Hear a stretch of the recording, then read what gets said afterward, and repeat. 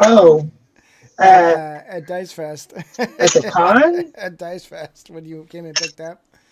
I know I'm the Yeah, you breeze, came. man. I just come and go as I Hey, please. hey, that's how I roll to you. But I'll just mail it to you. It was from our wedding, so it's nothing like, uh, The yeah, figure? mind The blowing. figure? I Yeah, loved you it, have dude. to It's make so a good. shrine for it at your Yeah, no. house, Anthony, like in your bathroom or something. Oh, Do you like definitely. how I Right packaged on it the like place. a like an actual product? Yeah. No, it's really good. I Actually, was it's a really little good. bit delusional that last week. Things went sideways a little bit. What? What do you mean? Um, no, just like it was really busy, and I kept adding Okay. to it by I mean, it started off. It was supposed to be that figure just thrown on the table, and That's a it lot of was a lot work, of dude. to I do. had four people painting them the night before the wedding, so You just didn't spray paint it? we started with spray painting, but yeah, we had to do a little nice textured dry brushing and all that stuff. Yeah. No, it Keeping looks it really good. real OG. I mean, fun thing, Aaron, is you mail me stuff every Yeah, week. that's true. You, but your bases are awesome, The man. little plinth thing or whatever. Oh, the No, bases. no, Yeah, yeah. the base. And I can't remember They're if really I good. cleaned them up or not. So you might have to sand the bottoms a little bit. And No, they're okay, pretty cool. good. No, they're good. Yeah, it was. Yeah, it was crazy. It was crazy. Let me tell you. Yeah, but now it's So done. are we like being able to be heard on the Twitch? Possibly. What does I don't know. Peaches say? Are we? I don't know. I don't even know if Yo, she's on. I Twitch think she's peeps. reading a book or something. Oh, she's not She's. on. What are we When gonna we do got without married, she's like, Peaches? I'm out. Yeah, she's like, No, bait and she's like, now switch. I got you working. I don't need you to do Yeah, anything else. we got it all going down. All right.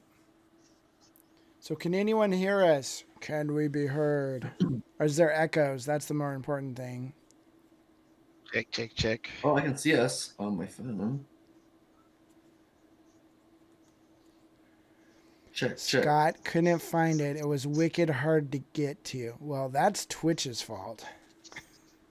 I don't know. It's wicked. Can hear All you, no right. All echo, right. says Hey, Scott. hey, it Thanks, only Scott. took like 2 years, Nice. and it will probably never be this Hey, perfect again. You know, I just let you know on this stream, there's at least one echo. oh, Hey, Hey, got echo, him, echo, echo. got him. echo, echo. That's a really cool model too. One of the guys on Brian, one of the guys on our in our Chicagoland paint team, just painted one up. It's super sweet, dude. Yeah, I like it a lot. Yeah. She's a cool character too. I don't know her. Where's she from? Marvel. No. What? No. She's in several different series, and she had her own little show too, which What? For real? yeah, my partner and I really liked it. We had fun watching it. Kingpin's in it.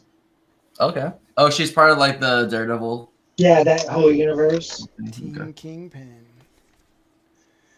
So after I got married, I went to San Diego for a week, and guess what I did, Anthony? You'll never know. Is it safe to say on Yeah, it's air? safe to say on the air. I hope so. Did you paint some body parts on some random Once it street was the first corners? vacation I haven't worked on. That was like so. What? So the key to a really cool vacation is don't work at all. Don't I Yeah, had don't work work. with me, but I didn't. I just Yeah. didn't do it. Um, What did you do, and dude? Go to. Yeah, what'd so you I do? played MCP all week. Yeah, my Did buddy you came over. really? He brought all his stuff, and I had some of my stuff, and we played like 3 games the first day, and it went incredibly slow. And Dude. then, but by the third day, oh, also then my son walked in at the end of us playing those games, and he saw it, and like it was like crack addiction. It was dude. He Oh. was addicted instantly, like instantly, and so so by the next day, he had the starter set and like 6 other box sets. Like he was just ordering stuff on Amazon, and we went down Dude, to it's so Holy two different cow. easy game to do, stores. man. I was like, oh my gosh. So then I played with him for a full day, and then I played with my buddy again the last Monday that I was there. And dude, it was so much fun. And also, go figure, if you play a bunch of games, you actually start learning the rules, fairly decently. So That's true. so that was super exciting. So I came home and started painting terrain so that I could play by myself here in Georgia. I'll figure it out. He lives to play with you. Yeah. That's what married people are for. Yeah, that's true. That's true. But I want her to stay married to me, so maybe we don't play the What? crazy shoot 'em up games or whatever. But anyways, yeah, that was super fun. I had a blast. Awesome. What's your son collecting? He is Spider-Man, of course. Like the most Spider-Man squad in the universe. He didn't pick it that way, but holy cow, dude, he was wrecking me. It was super Just fun. getting into Yeah, he got Spidey Pig. He got that set, and that set's amazing. Spidey Pig is awesome. I'm super tempted. But yeah, so pretty cool. All right. Bitter ham. Well, I guess we're not going with Anthony first. We're going with me first. Dun, dun, dun. Ooh. All right. I don't know. I painted Rhino so long ago. I have no clue how I painted him. I think it was just a solid color of gray or something. Hey, you should make him into a unicorn. Can you make him into a unicorn? I think he already is. Is that allowed, Dallas? Oh, like rainbow colored. Yeah, for a game, and then he take a horn off. That might actually be kind of cool. I don't know. We'll see. The multiverse, right? Do whatever you want. It's your measure. Ain't the police. That's right. All right. Let's see here. Okay. So, got our little dude. With any luck, he'll just spin around in circles for me. All right. Oh. I'd like, actually, I have no ideas for this. I just want to make it kind of a cool looking gray. Not cool physically, but cool in a spiritual way, I guess. Sam Lenz's Rhino's pretty sweet. Yeah. He had like some red light or something from like maybe like police signs. It was like red and blue. Yeah. Yeah. That's pretty cool. Yeah, that was a couple years ago. What did he do this year? He That was he did 2 years Apocalypse ago. this year, huh? He did Apocalypse was this year, yeah. Bad to the bone.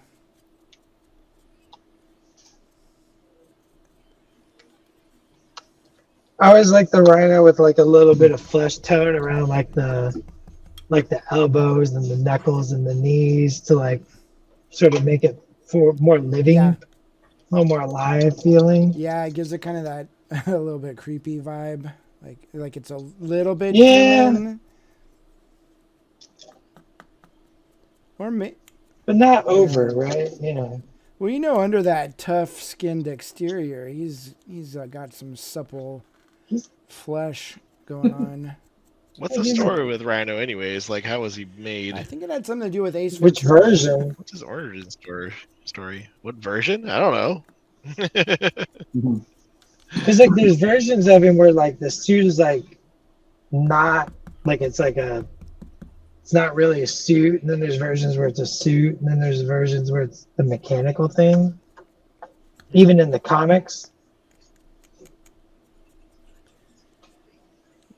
What was I can't remember Rhino's first appearance. It was a Rhino first appearance. Amazing Spider-Man number 41, October 1966. He's just wearing a suit, right? That's not like his real skin. He just decided to. Yeah, it's bonded to his skin. Oh. But then there's another. I think there's another version. Some later Spider-Mans where like the story is like it's like he like metamorphoses into that. It's not like a suit. It's like it becomes him. I'm trying to. And then there's the mechanical one that was also in the comics, but was in the movie as well. I think you guys Where he's got picked a good one to it's a do. mechanical rhino suit. Good version of him. Yeah, Yeah, I like this. I like that Yeah, suit. it looks cool.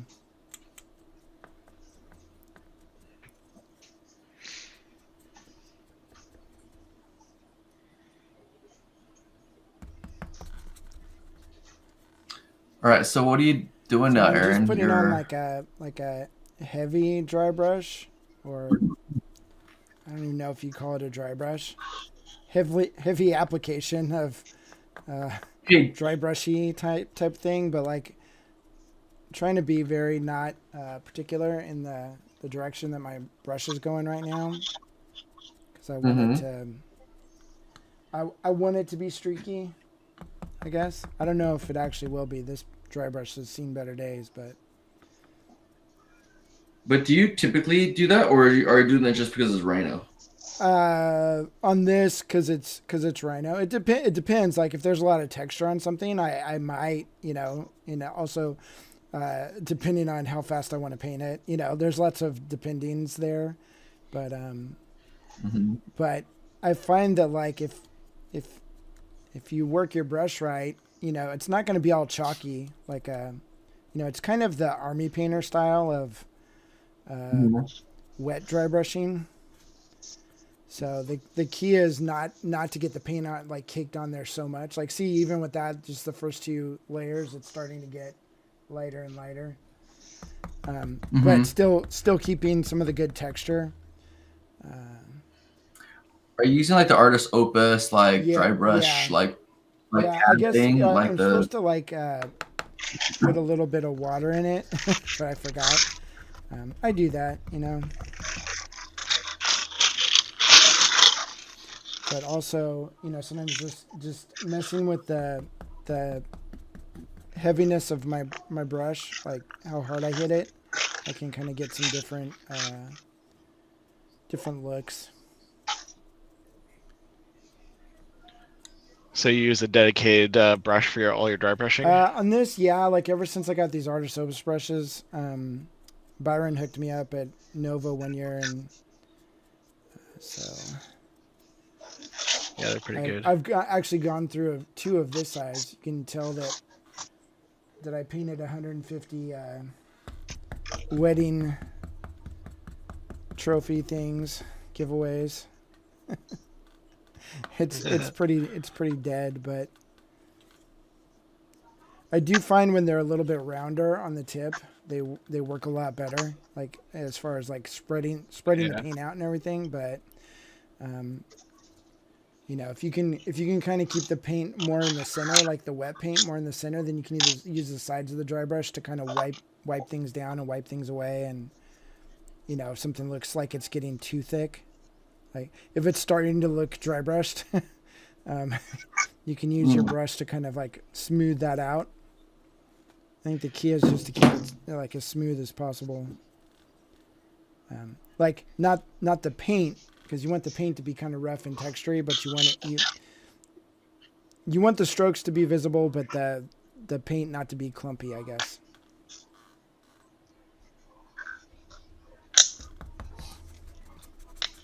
It's like you're painting good and bad at the same time. Good bad. So as I go up to the little bit lighter colors, I'm paying more attention that my brushstroke is kind of going downwards. So I'm not hitting it on the upstroke, whereas maybe before I was hitting it both ways. Because now I want it to actually start depositing and making some bringing out the details. Gotcha. I also really like this big crack right here that I missed. That's awesome. I'll have to fix that later. Like if it was on his leg, I might not care, but it's like right next to his face. I love it. I fixed cracks like that, like even when I'm almost done painting, you realize there's a mold line you missed. You have to scrape it off. time. I used to get But I really think- like on a competition piece that was kind of almost a deal breaker at the end, you know. But then I realized that happened on every single project, so I just had to learn how to fix it. And once I Yeah. could fix it, it doesn't matter what happened. Like, Yeah, I agree. Yeah. And it's good practice mixing paints, you know, to match. yeah, That's your old paint. exactly. Well, it's like if you started with airbrush, like I used to notice, like I would try to touch up some of my airbrushing or something, or you know, just put highlights on top of it by hand, and the paint never matched up very well. And then I finally realized that you had to put a little bit of black into it because the paint that was airbrushed on, I always airbrush over black, and so it had a little black showing through. And once I realized that, then it was really easy to match those colors because I was just added just a touch of black. And that helped out a lot. So even on something like this, I might, like if I go back and touch that up, I know the colors I used, but it was directly over black. So I got to remember that when I mix a color, I've got to incorporate maybe just a touch of that black in there.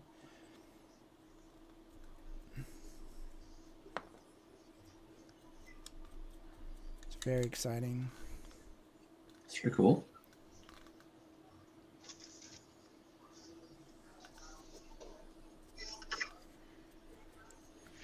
So Rhino is one that I have not played yet. And when I got back from San Diego, of course, I was all cracked out. So I watched a bunch of YouTube videos on how to play Sinister Six and Spidey Foes and all that. And I guess Rhino is like one of the ones you want to have in your posse. So I'm really glad that he's in my group, but I just haven't played with him yet. So He's really good. He like, I don't know what he does. he does it like he basically just stampedes through things. So his main attack, I don't have his paper with me right now, but yeah, he has some cool stuff. Believe me. Yeah, Abraham Page is really good. Yeah, that one, super good.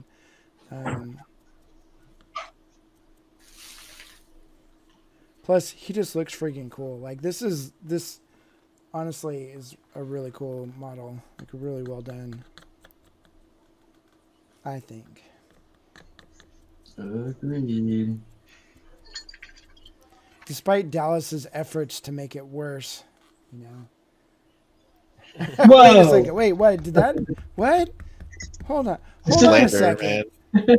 Slanders, lies, fabrications.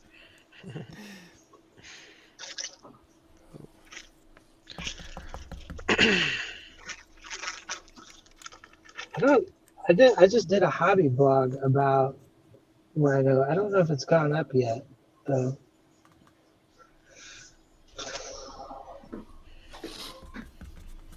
If Ross was here, I'd ask him if it's gone up. Did you paint him or did you? I did a conversion on a Rhino. Oh, okay. Would you have him driving a Cadillac? That's Yeah. awesome. He's like, I can run you over with this. He's like an 18-wheeler truck driver. Yeah. There you go. There you go. Coming through. True.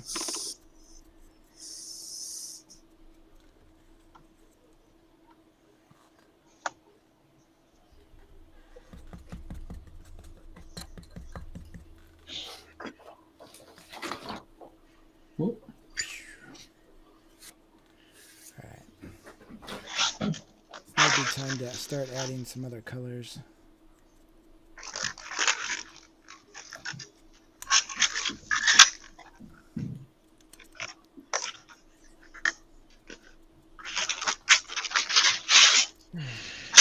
Still a little purple in there. Yeah. Some pink, maybe. Yeah, I've got some flesh tone on here, like a really, really reddish flesh tone. So let's start with that. Are you using any references, Aaron, for like rhino skin, or I'm just using gonna? the best reference, my own box art. No, I'm just kidding. No, I did.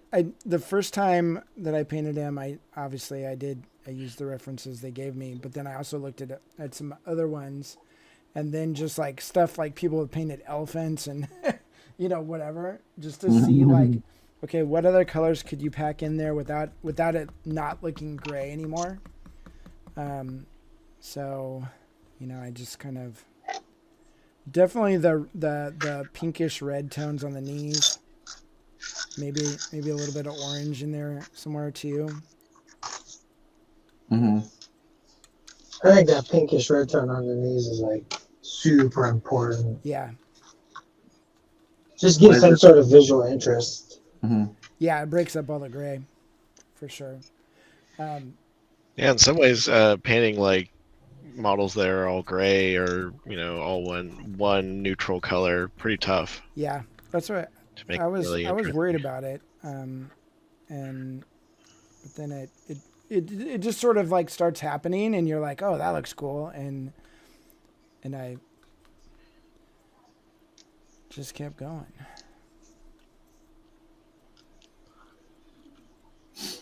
Also think if there's like a live something that's alive, it's an organic shape, if it doesn't have some red-ish tones in there, then it doesn't look quite alive, so I think it gives some of that life essence to it.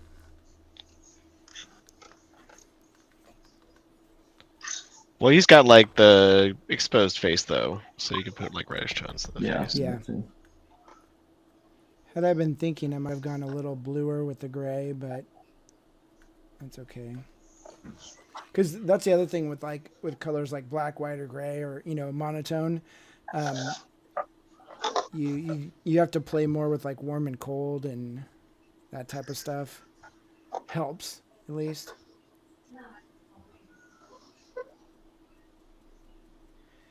Yeah, every neutral color is actually like a different color, So you can, it really gives you like infinite possibilities. Because technically I could say that. Well, I use neutral gray on this, so I guess it is just black and white. But had I used like a bluish gray, I could just call the bluish gray blue, and then I've got red with the reddish tones, and you just start working it that way. And if you're going off a color wheel to get your contrast and stuff, then just work it that way. It's a sneaky way to build in some complementary color scheme without being too obvious, Desaturating one of the complementary colors. Yeah, Liz always tells me that I'm sneaky. Oh no, she says stinky. Never mind. You're a little bit of both, actually. Oh yeah. So did anybody have to change their Adepticon classes, or did we get them all first try? Oh no, I'm good. Mine like basically ends at 1. Oh, okay. So I'm gonna have to, Rush. I'm sure we'll figure it out. leave a little early or rush or whatever. Well, but if Anthony enters all his models to the painting competition and then has to go take them back out, that will take like half an hour right there. I gotcha, Matt. Don't worry about it. I know you have my back. It's okay. I think officially we don't start till 1:30, so you got a 30-minute window there, It Matt. all works. Yeah. I noticed we have a little extra cool. time too. Yeah, I didn't think it. Than last year. Didn't last year we only had 2 Yeah, hours? 4 It hours. was like 2 to 4, and now it's 1 to 5. Am I right? Well, it's. I gave y'all a little window. Okay, I got you. It's like 1:30 to 4:30. So yeah, we 1:30, 2:30, 3:30, 4:30. We got 3 hours. Nice. Oh wait, that's no. I'm stupid. It's 1:30 to 3:30. Yeah, it's 2 hours So it is 2 hours. on Friday. Yes. Hello, Sully. Welcome to the clubhouse. Hello. Hey. Either that or Sully subscribed and then left. That could be a possibility too. It happens. It's like It's a always a drive-by. possibility. Well, Okay, we got a viewer. Oh no, they left. Okay, never mind. Well, shout out to Scott. Scott is a very Yeah. consistent, supporter of I this think stream, Scott's actually so. part of the show at this I love the point. stream. Yeah, we're happy to have him. Yeah. Nobody pissed Yeah, off Scott. That's right.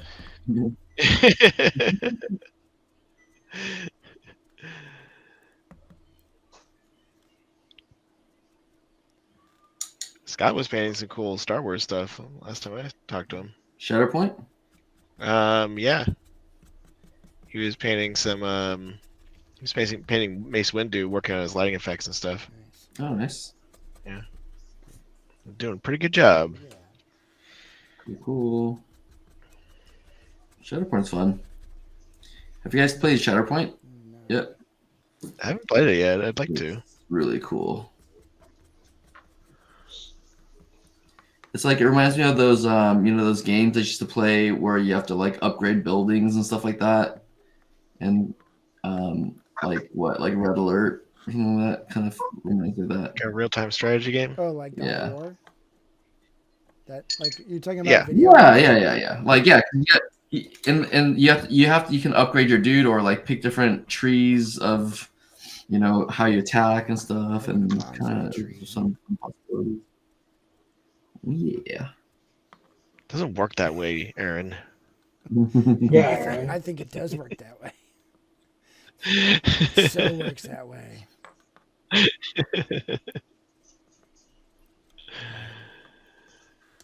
think I need to jump down a level. I'll go to a smaller brush. I don't know what that means. Anthony. Smaller That's brush right. strokes. Smaller brush, bigger ego, something like that.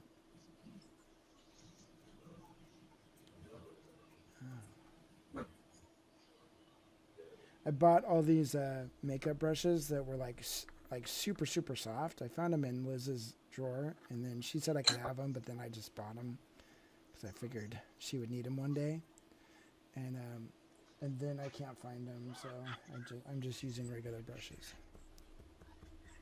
I thought you were about to say, so you took hers anyways. So I bought them, and then I took hers anyways.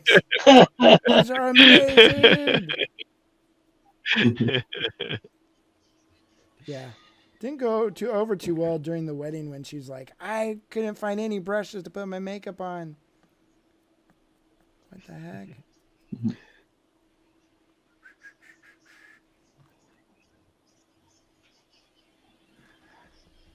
Were you using my brushes for dry brushing, Aaron? Aaron? Just like completely just. She goes to apply some makeup and she just gets primer on her nose.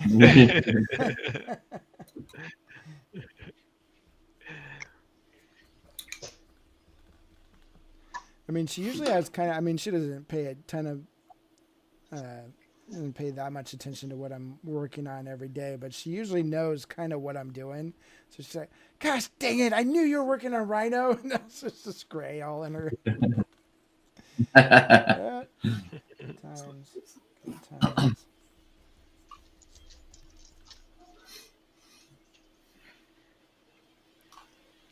Oh heck yeah!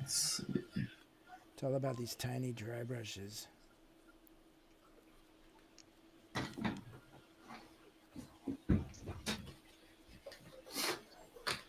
So did you put on other colors onto Rhino, Aaron? Does it not look like it? Am I wrecking it? I can't. It looks like yeah, gray. It looks super gray. So I went with a warmer gray. And then there's like little bits of the. Well, now that it dried, you can't see it very well. So let's just hit it again. We don't play around with the pink knees.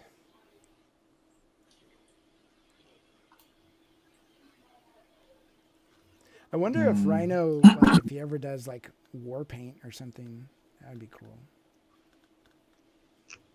You I could. mean, you could just do I it. could.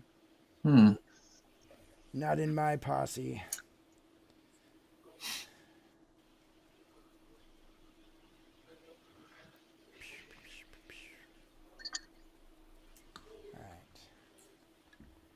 Wonder. Scott saying that McFarlane drew a rhino with purple plate or like tactical purple plates. That's pretty cool. Yeah. McFarlane's pretty sweet though.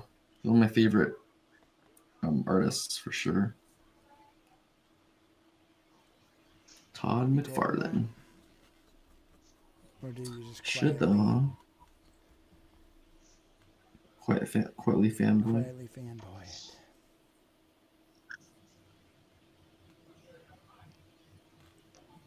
I want to meet Jim Lee though at some point. He still goes to cons and stuff.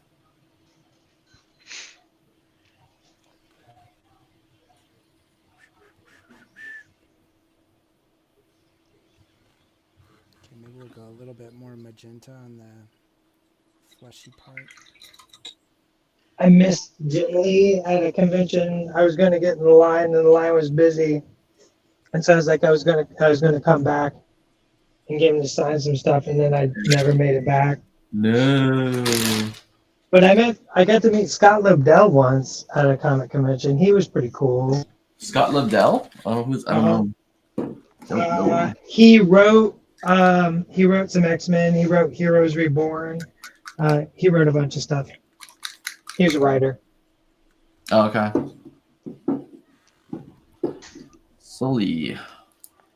Sully's brother loved Todd McFarlane.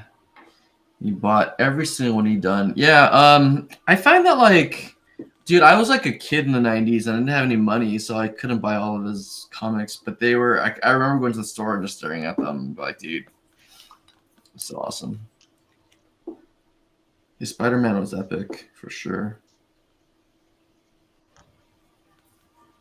Need that copy of Spider-Man 300. Ah, 300. Wait, you said you have that? Oh, I have one. I said you need a copy of Oh. Spider-Man 300. I probably do.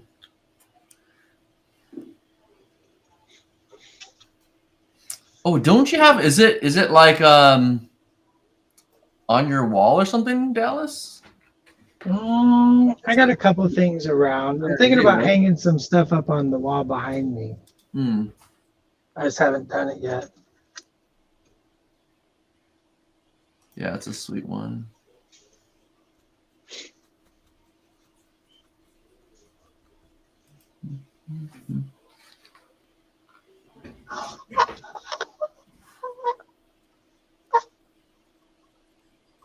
Oh, we got 12, 13 people on. Nice. Amazing. What up, everybody? You got some pink. Yeah, so I added Nice. like straight up magenta.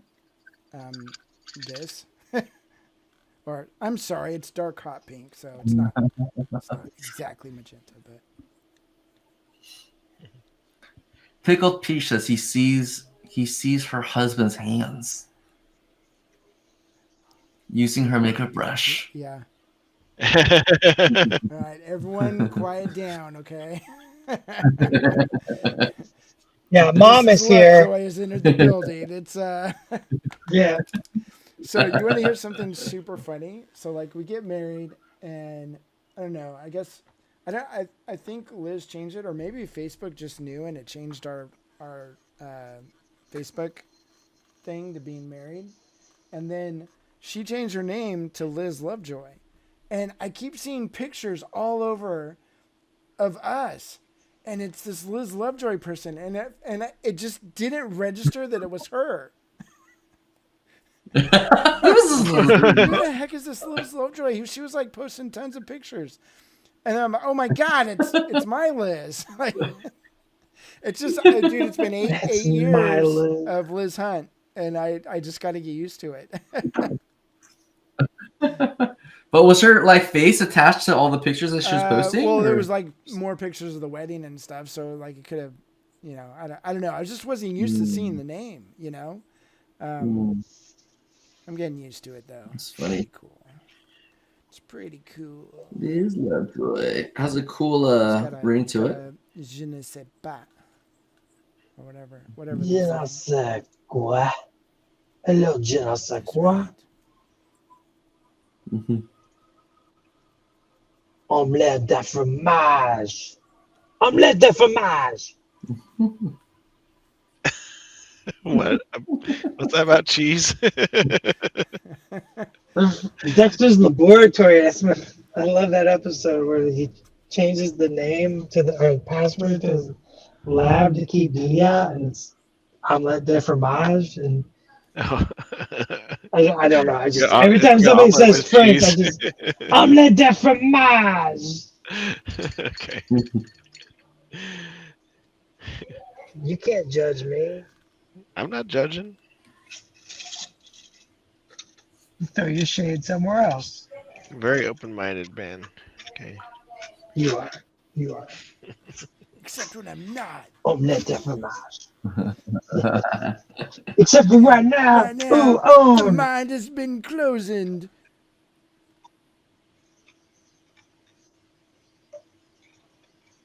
Boom, boom.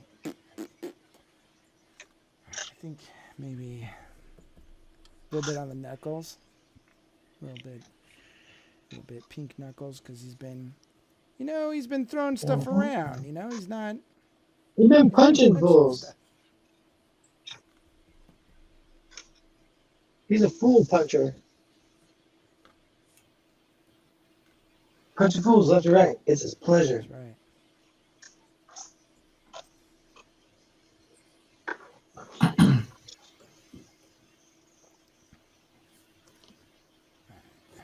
Taking that. Maybe you said purple, Dallas? I don't have purple. Gosh darn it. You don't have purple. I What? don't know. How do you not have purple? Well, I got purple. It's on the wall. Oh.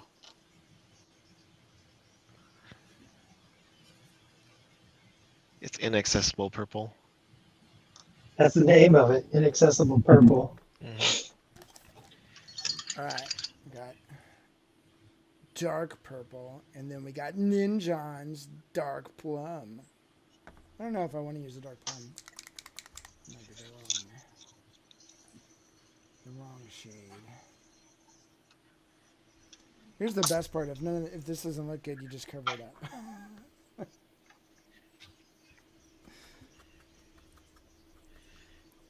Like sometimes in my choices of colors, I'll be like, "Oh, that sounds like a really bad choice," and so I do it anyways, just because I want to see what it actually looked like.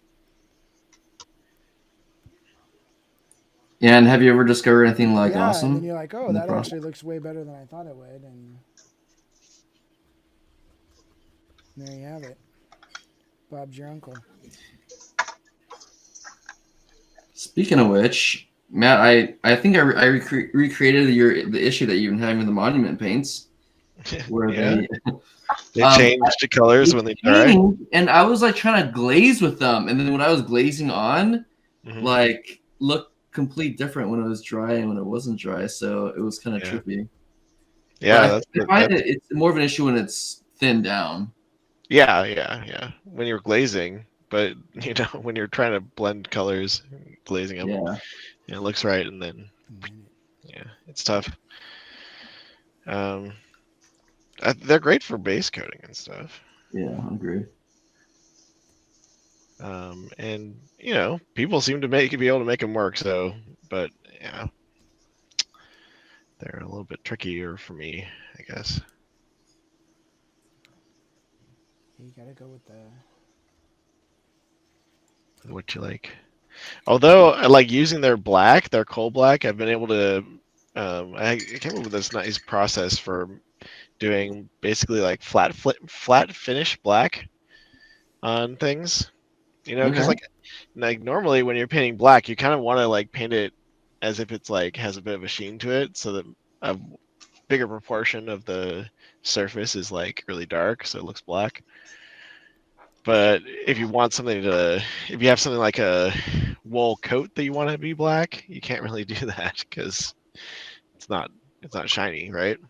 So there's a neat little process that I did for the Miniature Monthly.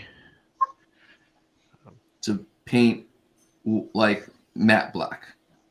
Yeah, and still have good highlights and shadows on it and stuff. It's actually pretty tough if you think about it. But yeah, but you also put a wool texture on it, which just made it even tougher. tougher. Yeah. Well, maybe you can show us on your black dwarf when you do it? But like all this stuff is like shiny, Maybe actually. you could be the first person to paint a bunch of superheroes all in cotton, like Civil War uniforms or something. It'd be pretty cool. I'd get hate mail. You did it the Can't do wrong it. color. Okay, cool. So Ben from Chicago is painting with us. We're painting on Ronin. Cool. Cool. Here. Always good. Yeah, Ronin's pretty sweet. Are you doing Guardians or what? Curious. Ooh. I think he means Ronin. Yeah. Like you know, what's his name? Mel Gibson. Like it was- What? Not Mel Kai Gibson. Kiefer. I'm just gonna No. keep spitting out names. Michelle That's right. Pfeiffer with Kind of like Clint Barton. Slim Shady. No, that's his name, Clint Barton. Isn't that what's his face? Hawkeye? Hawkeye? Yeah, Hawkeye is Ronin. What? It's Ronin, not Ronan. There's two Ronins. Oh. There's Ronin and Ronan. What about Road? Guardian of the Galaxy is Ronan. Ronan. With the hammer? Ronan. Ronin is Is Clint it- Barton. Is there a Ronin in MCP? Yeah. Oh. That's confusing. Until they keep you on your toes. It's not that confusing. We're not confused anymore. He just explained it to us. Yeah, I just said it. I said I'm the so words. confused. I did the words. It's like that time you said you'd join us from Japan and then you faked not having internet. Remember that, Anthony? That's a secret, Aaron. You have to tell everyone. I Gosh, swear I'm in yeah. Japan. I can't make it. What? Can't hear. Oh shoot, I lost Then connection. we could hear his Yes, son. I'm- Dad, can we watch Wizard of Oz? Like, I don't think they have that in Japan. Yeah, we're region locked. We can't watch it. Sounds like Chicago Bears football game going on in the background there, Anthony. Don't worry about it.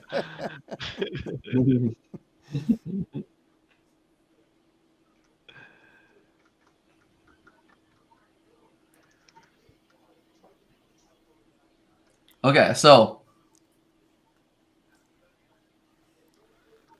no Clint Ronan. Ronan is Ronan's Guardians. So it's Ronin is a new release? Yeah. Oh, that's sweet.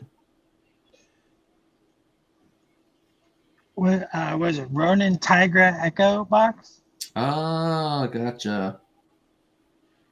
Tigra, isn't Tigra from Thundercats? It's No, that's Chitara. No, dang it. You're right. Chitara. And it's also that Tigra from Fire and Ice. I think that's La Tigra. La Tigra.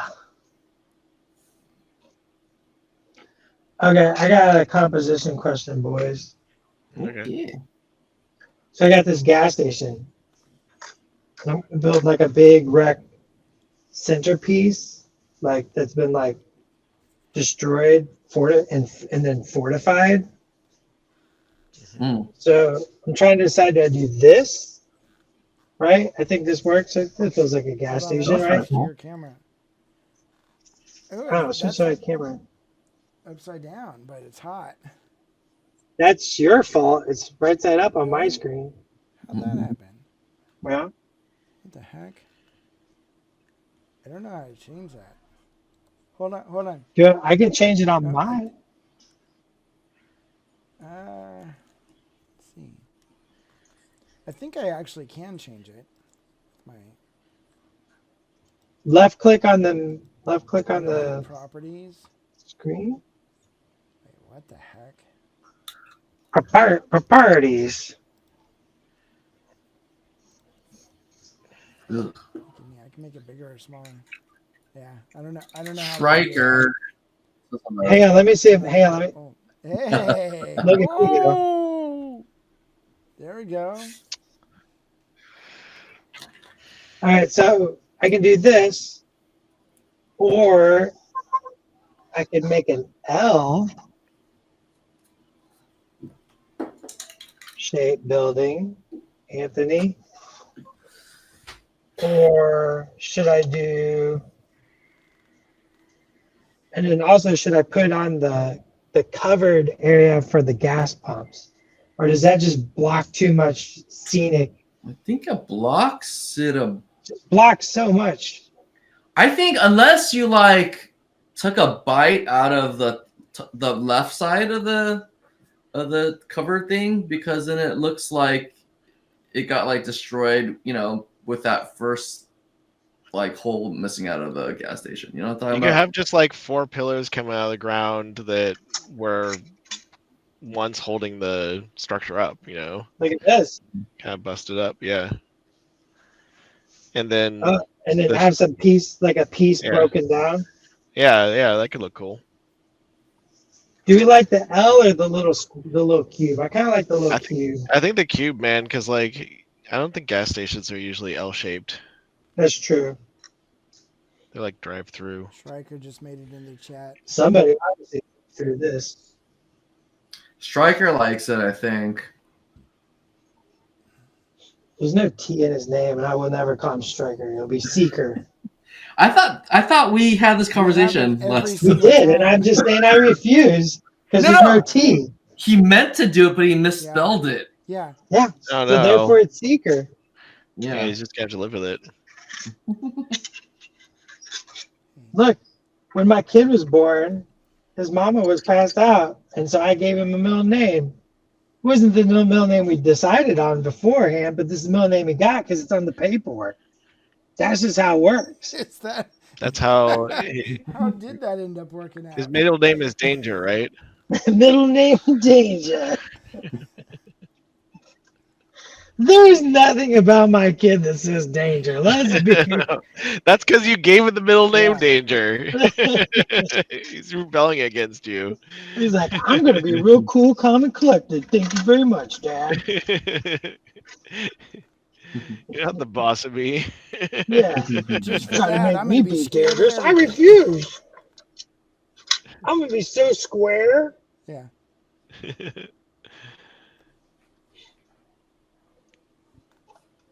All right, and what about putting a little floor in there, even though I'm going to cover like some planks and stuff? Yeah, I like that. I You like like having that? a little floor in there, So- yeah. You said you had 4 sets of that? You have like 4 different houses? Oh, yeah. Yeah. 'Cause, like it almost looks like missiles came down and hit. Like it's like the orbital strike or whatever from Hulkbuster. That one crisis card that just brings the rain down. Like if you could position them all together, it'll look like there's several different strikes that just hit. Boom, boom, boom, boom, boom. Mm-hmm. Or so they say. Yes, I see. Yes. Mm-hmm. Oh. Oh. I see. Yeah. Ah, hey. Tell me more. Those are kind of cool $10 now. if you know what skit that's from. Tell me more. But you guys don't. Do not know. I think that's from a lot of things. They say that. A lot. Okay? Yeah. It's just the universe. The universe is all about One sex. particular skit made it super famous. Oh, okay.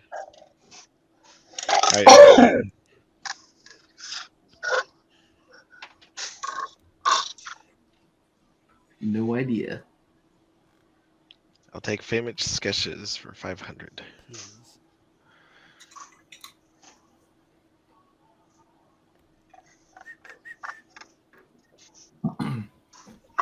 in 20 years, Jeopardy is just gonna be like name your meme. That's true. Memorable memes.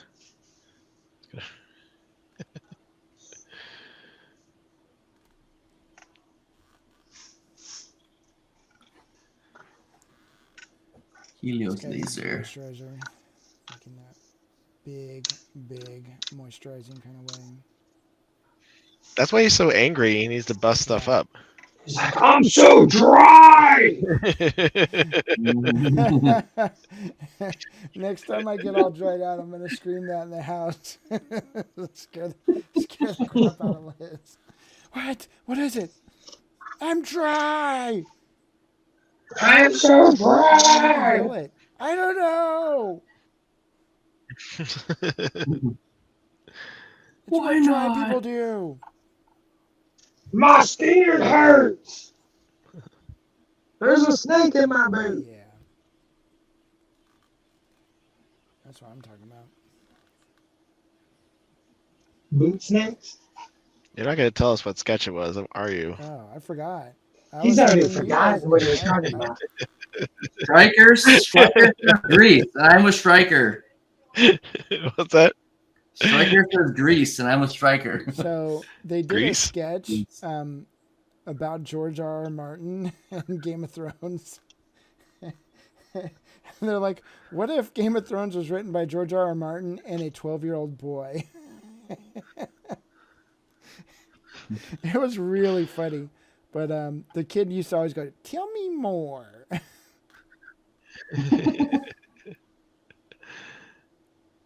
Well, that would explain why I didn't know what you were talking about. It I was haven't seen that sketch. a while ago, and I think it might have gotten a little bit thrown under the rug.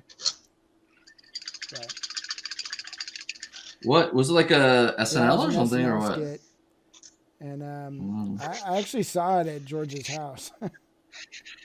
Maybe that's why it worked, because he had special. What's he like Aaron's in real aura life? farming. Aaron's aura farming.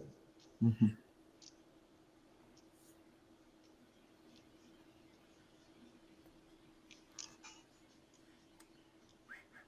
Wonder what George thinks about the last 2 seasons of Game of Thrones. I don't know. Yeah, I wouldn't it's be, gotta be a weird. I wouldn't ask him. You want to That'd ask be him? too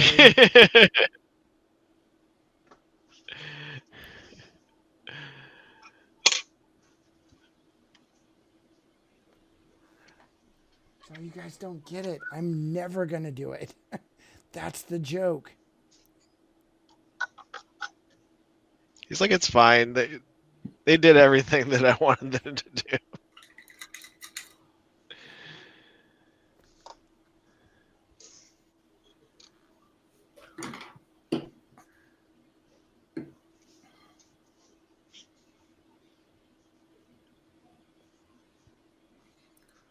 Are you still painting Scott stuff? wants some George R. R. tips Martin? about smoke trails from a jetpack from when you did Sam Wilson. What happened? Scott wants you to give him some tips for painting smoke trails on Scott Wilson. Well, here's my Sam first Wilson. tip, Scott. Don't do it badly, because otherwise it just doesn't look good. Right, Dallas? It's true. If you do something badly, it doesn't look good. There's your paint tip for the night, kids. And I'm done. You know, ever since I got married, Just I've got this massive knowledge built up. Just knowledge bombs like that. You guys are keeping me in business. Join my That's right. join my Patreon for more information. Like, Yeah. if you do it good, it won't be bad. Or other hits like, if it's awesome, it's awesome. Right. Or just put the paintbrush down and come back later. Join our next tier where we paint it for you. Yeah. If you find yourself painting and it's not coming out looking good, just stop. Just stop. No. Don't do it. Just stop. Yeah, that would be pretty cool. Oh, what does Sam Wilson look like? I can't remember if I did like, because he didn't really have smoky explosion, did he? No, it was like all like super fire. He's got he's got the little I, plume that connects to the wing, and I think it's painted like fiery, yeah, with I a didn't little put. I mean, I didn't put black. any. Okay, wait. What was the question? Hey, Aaron, I'm painting a smoke trail from a jetpack. Do you have a video up with what you did for your Sam Wilson? Oh, I don't because, yeah.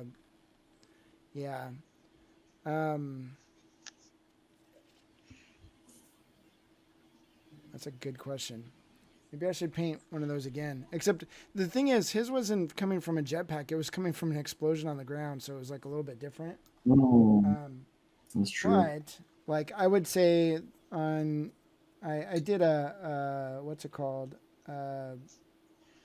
Who's that one guy? Deadpool. I think Deadpool's explosion. I did more like a smoke trail coming off of it, like so it was like really dark smoke, and it had like fire laced through it, so it kind of was like peeking out through the dark areas. That was fun. This was Scott's question, right? Scott, I remember earlier you said you were working on Clan Kreese from Shatterpoint. Hang on, let me grab mine because mine is near me and I can show it and see what mine looks like compared to what Aaron did.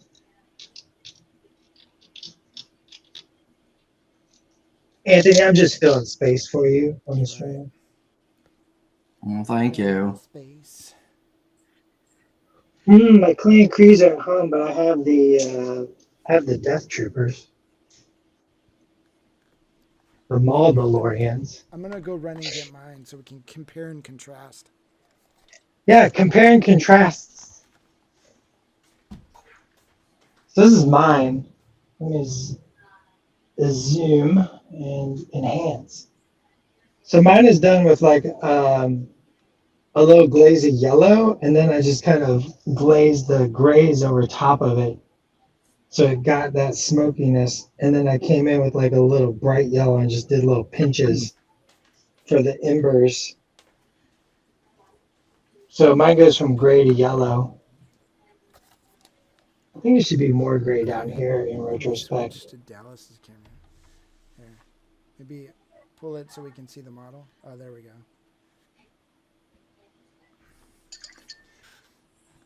Yeah, you got that cool dirty smoke. Dirty smoke. Yeah, mine's a real dirty It's like smoke. really, like what you'd think that guy's smoke would look like. Yeah. That's gonna be my new video game call handles, Gritty Smoke. That's it. All right. Here's that's not mine. That's what that dude's looking like. But here's this dude. So, I take that back, Scott. I do have like black sort of smoke trails flying off. So I went to like I did a lot of stippling on the upper areas of all this stuff. I have. Scott, maybe just for you, I'll make a video. I'll do, oh, this one's already further along. I'll do a brand new one. I'll just make a video of it. But basically I started lighter so that I had all the really bright stuff showing through. And then obviously you have to put the bright stuff back in because you lose some of it. But I did a lot of like kind of, where's a good brush for this? So maybe not as good of a brush as this, but I did a lot of like stippling of darker shades of color. So like dark red, like a burnt red, or like this new amp color, black red, would probably work really well. Black boom, red. boom, boom, boom, like that. And then obviously the more like, you can do glazes and stuff on it so it doesn't look so choppy. But that's basically what I did. And I just worked my way, not to like black, but like to a darker blackish color. And then maybe at the very end, if you want even more contrast, you could put a little bit of blue into it just to contrast against all this other stuff, all the oranges and reds and everything. But you don't want the black to look blue. You just add a little bit to it. So I think that would work pretty cool. I think what really sells it is how saturated all the red, the orange, and the yellows are. I started with white. I mean, I like the whole thing was just white, so I definitely worked my way down because it needed it, and even like I kept putting like white like ink down in these cracks to remake it white again, and then put yellow back over it, because every time I would start messing around with it, I'd kind of knock it down a little bit or whatever. So it was kind of like you even see some of the little mini explosions are up underneath. So yeah, it's pretty cool. But definitely like lots of little stippling. You could do it. You could just paint the stippling on, but it's not going to be as random as I think you could get if you just stippled. And then make sure your paint's a little bit see-through so that, or not see-through. So make sure it's thinned out so that it just isn't like as like super harsh edges, you know, unless that's what you want, and then that's what you should do. But you see, like on this one, I think I got a little bit further, and I just did it very subtly, just a little bit of black at the edges, but I wanted it to be all like super super vibrant explosions, or fire explosions.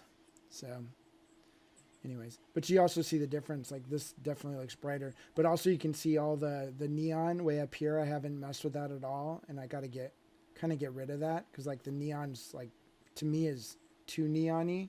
So you want it to be neon but not neon, like you see like with this guy that I worked on last time. Like I'm gonna probably go up even a little bit brighter on this, on the smoke, just because I like his smoke. But yeah, anyways, don't go too neon, but go neon. That's the advice. Not neon. Don't go full neon, but go pretty full neon. Then you're set. All right, let's do another thing. This guy's coming together pretty fast, which is nice. We're at 9:12. Yeah. I think we should probably switch. Ready to switch? You want to do you want to say something to finish off your rhino? Yeah, I have the best wife ever, and all you guys can suck it.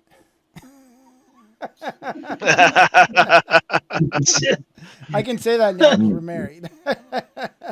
Yeah, said like a true newlywed. No, you do have a great wife.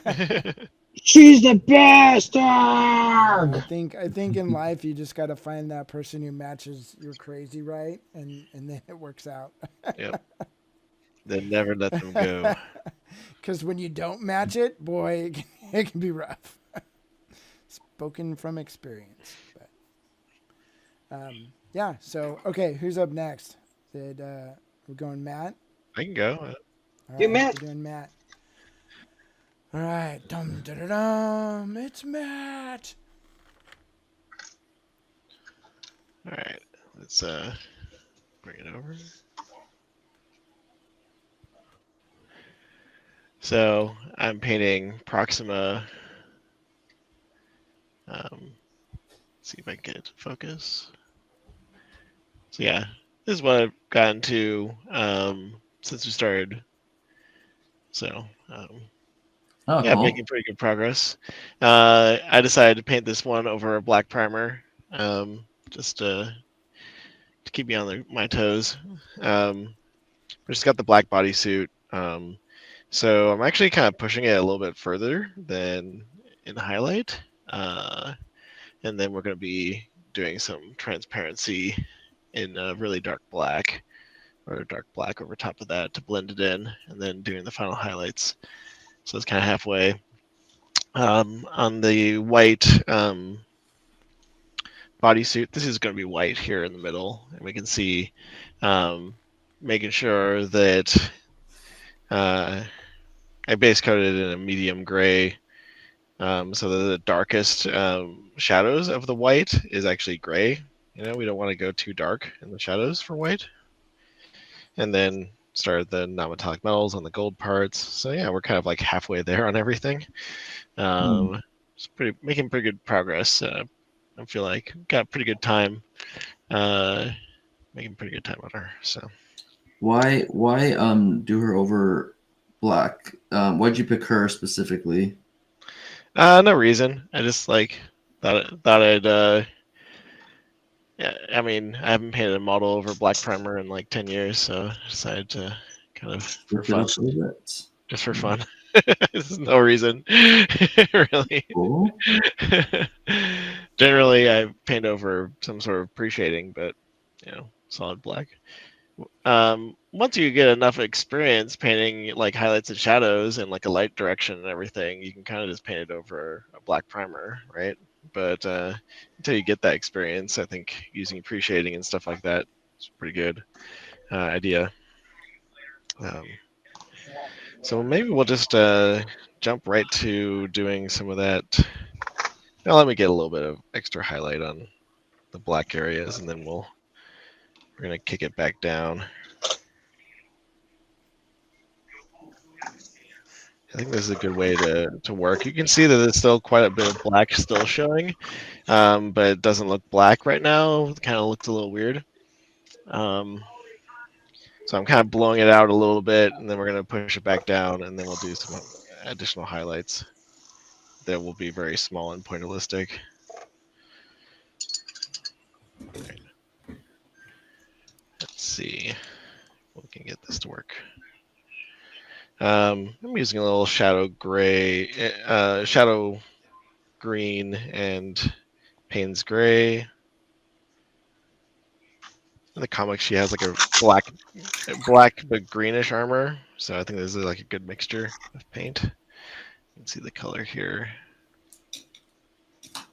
right? So it's almost like pure black, and then we can, but not. I'm not using black by itself because we can save that for later.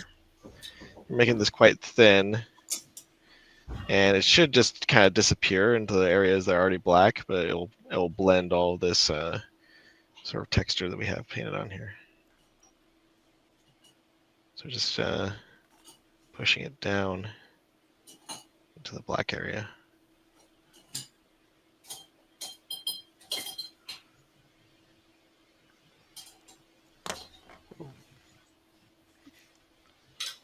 So it blends it. See if we can get in there and keep it on camera. You guys let me know if I stray off camera here. I just want to make sure that everybody can see pretty well. Yeah, looks good. Yeah, well. I like those brush strokes on the black with the minty greens. It looks pretty cool. Yeah, so we can see like I'm basically blending over top of that mint green and blending it into the black that's on around it.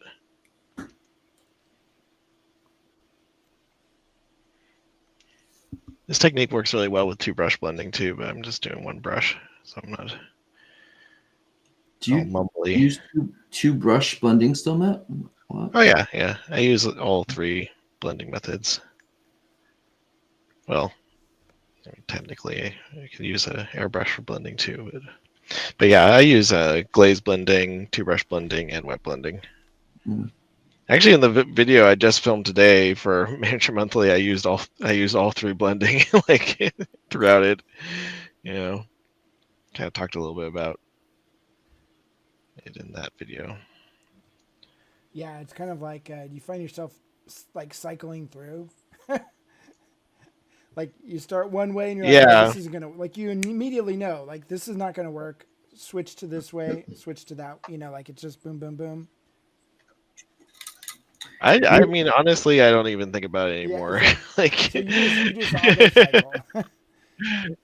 Yeah. The more tools, Yeah, the better, right? Yeah. You don't want to just go one way because that's Boring. No, but I do think that the different blending styles can give you different effects, and also there's different. It also some may work better depending on the surface, even Yeah, there's like efficiencies to be uneven had or there for whatever. sure. Yeah. And I don't know, like I mean, once you've mastered multiples, you can like paint really efficiently because you're just using the right one for that particular surface. You're not doesn't know how to fight it. Yeah. They kind of have their advantages and disadvantages, which I try to talk about in my blending boot camp class. Teaching that again at Adepticon. I'm always teaching that at conventions because people find a lot of value in it. So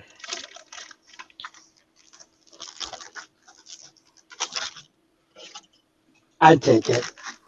yeah, thanks, Dallas. I don't get to take classes anymore because I have to be Neither do teaching I. classes. So it's like I just want to take a class. It's fun. Yeah, I don't take classes anymore, unfortunately. I would like to, yeah, but it's There's just so sometimes many just things to do, so many timing doesn't work activities. out. I've got to play like games with Dallas, and Boo. jeez. Boo that man.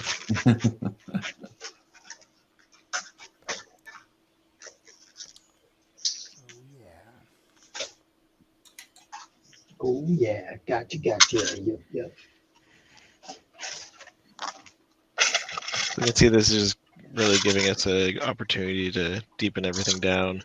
When you're painting something that's black, you have to have like half of the area be really dark, and preferably even like some version of black. I would say that this is like a version of black. It's like, almost black. If too much of the surface area is too light, it will not look black. So yeah, it's kind of hard to train ourselves to do that properly, I think, sometimes. What So do you is do that about like gloss level of the black? Do well, you it doesn't use really matte bother gloss your me. black, or? I think like especially if you want your deep blacks that are on overhanging areas to look really dark, you want a glossier black because a flatter black, it's gonna scatter the light and it won't look as dark. So for my darkest black, I will use like regular black paint and mix in like a blue ink, and yeah, it gets a little glossy that way, but also it just kind of eats the light. So I might switch to something like that here in a moment.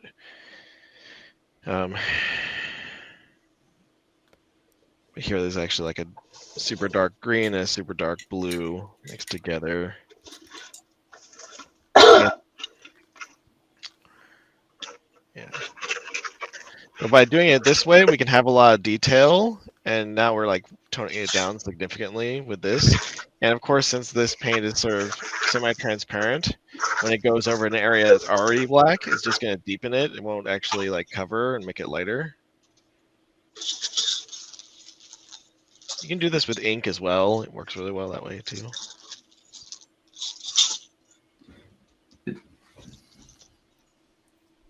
Did someone just joined the chat? That's not Bryce, is it?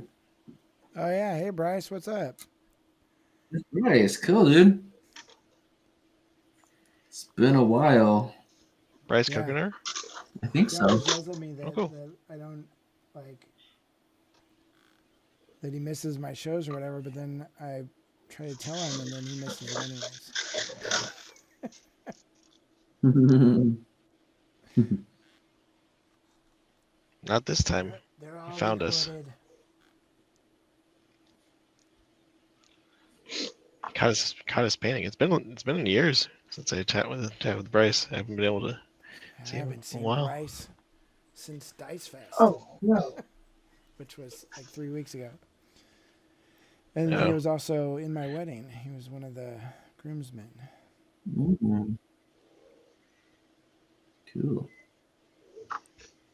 Next time we do Dice Fest, you should totally like schedule a couple extra days and come out. Yeah, to the we're peninsula. gonna try to do that because I think we might actually try to do the whole swing by San Diego thing too.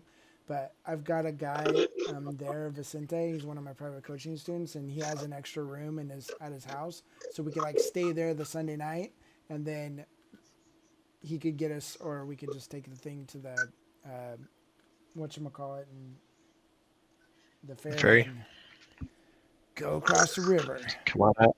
or the ocean or whatever it is. It's an inland sea of some sort. Yeah, that would be a lot of fun. Yeah, it's nice out here. Go chase your sea otters in your backyard. Yeah, dude, I saw him yesterday. That's so awesome. We have ducks. It's not really an otter, but or no, we have geese. I'm sorry. They're cobra chickens. So, something like that. Mm-hmm.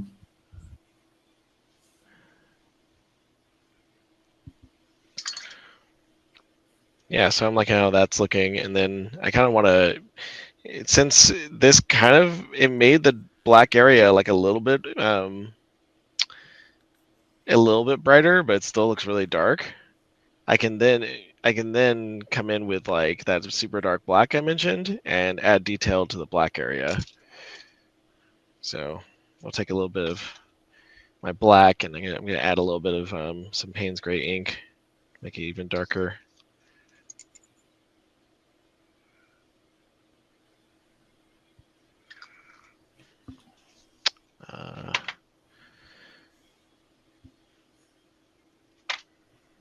Actually, yeah, there we go. There's my ink. All right.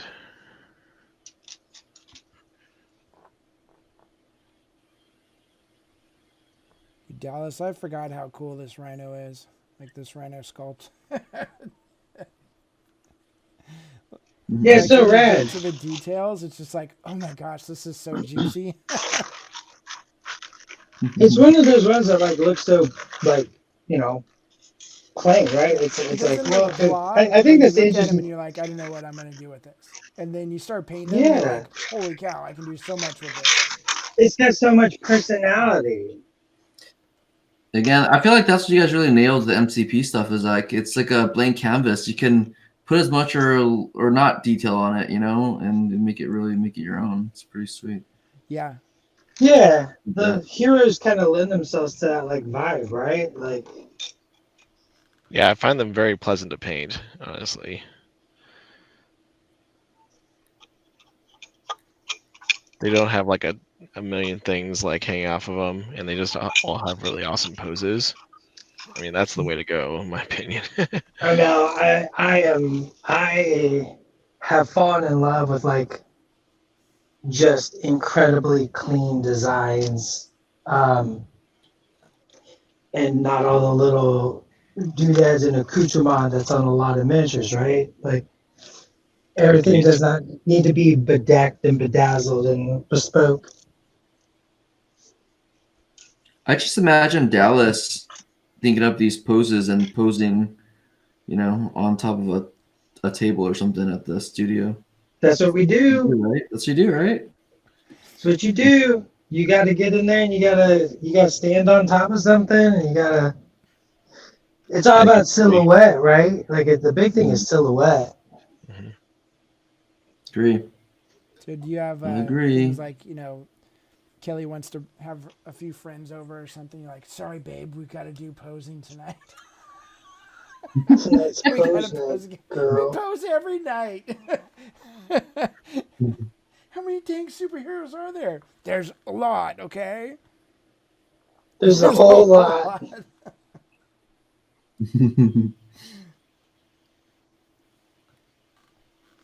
Girl, there's more superheroes than there are stars in the skies. And you're the star in my sky, my superhero guy, girl. Something like that. Is that what you did to Kelly? Yeah, that's I my really need move. someone to pose with me for the rest of my life. Yeah, yeah. That's just, like that. Those are my pickup line. I'm like, okay, Hear me out. you're Spider-Man, go. And then you just do it rapid fire. Yeah. Wolverine, This Magneto. this is Think you of with speed dating. yeah. Show me your Modoc Yeah. pose. Go. They're like, what? Sorry, it's just not going to work out. Ah, I really liked her, but she just couldn't pose a Modoc Yeah. pose. Well, it happens, man. It happens. Oh, Scott pieced out. See Peace ya, out, Scott. Scott. See you, Scott. See ya, Scott. He's been working in the meat mines. Yeah. Take the meat bridge. I was talking to him. He had this amazing rant about how about the turkey suppliers. It was amazing. It's like you have 2 days a year. I don't know. He would have had to be You gotta there. make It all was your money funny. in those 2 days.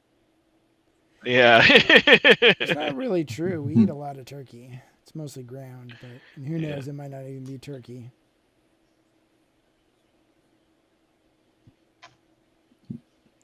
I go by this simple rule. If it tastes good, I don't want to know what it actually is. You know? That's why you eat a lot of raccoon. I mean, I've eaten raccoon.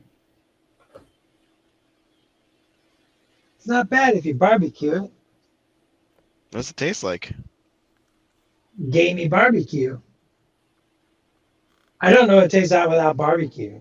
It's Just barbecue barbecue. sauce. Yeah. Sweet baby rays. Everything tastes like What sweet. it tastes like.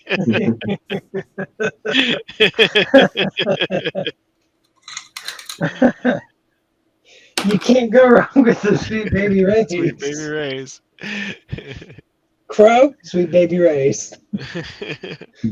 Oh, what's possum taste like? Sweet baby rays. What is that?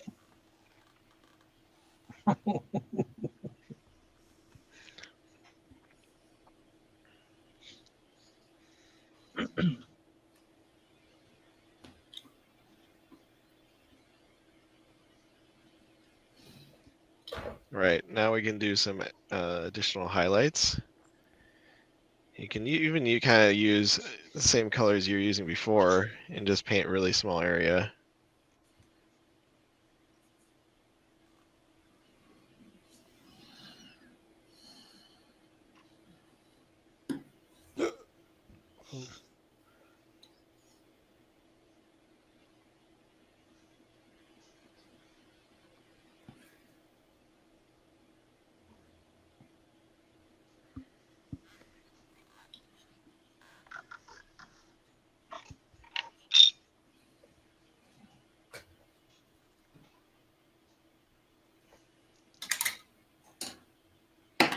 Should look like little reflections.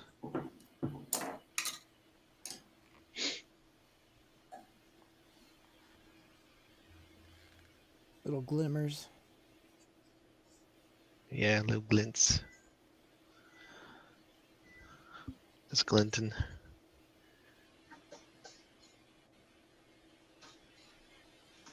I think the reflections kind of wig out the camera, unfortunately. But it looks pretty good in person. I don't know.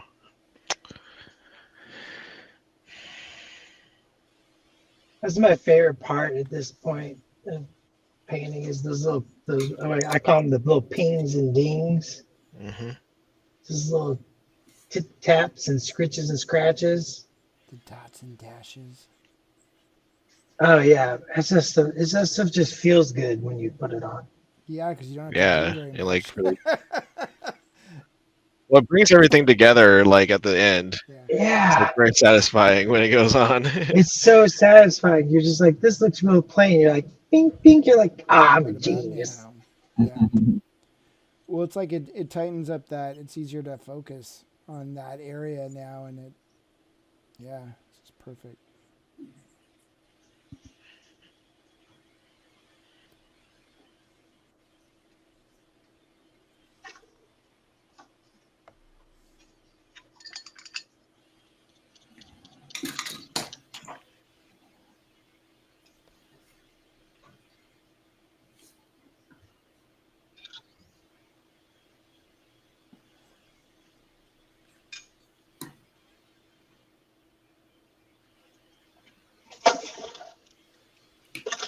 So you just have to keep it really tight. You don't want to spread these highlights out too far.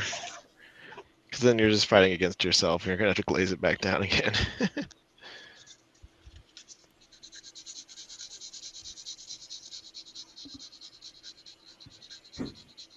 Oh, you're kind of off camera, Matt.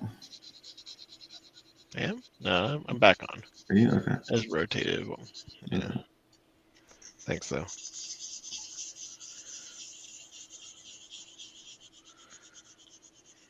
Okay.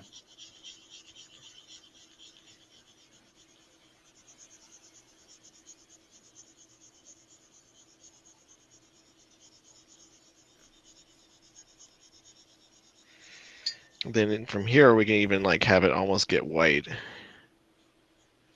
Like they're real reflections. Super bright. Just do a few little dings.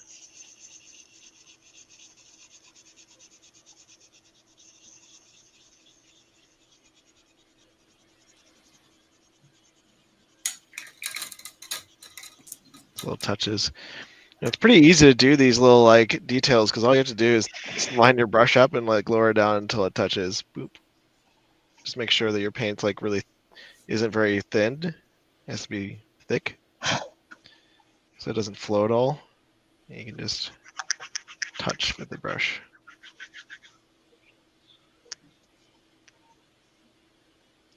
So it's not even like a brush stroke really.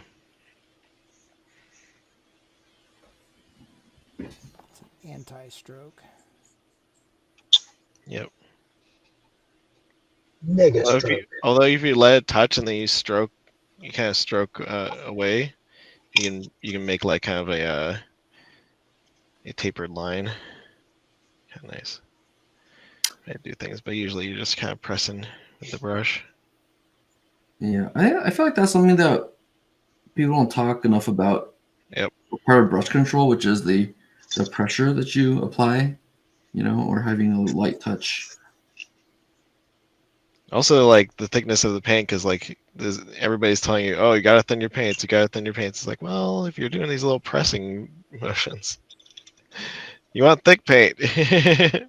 Sometimes you want that paint thick, yeah. We Yeah. don't talk about that enough, do we? That's No, true. When you want detail, you can't use thin paint because then you're not gonna be able to hold that line and have it be. I mean, I guess you could, but you just have to do multiple layers of it, I guess.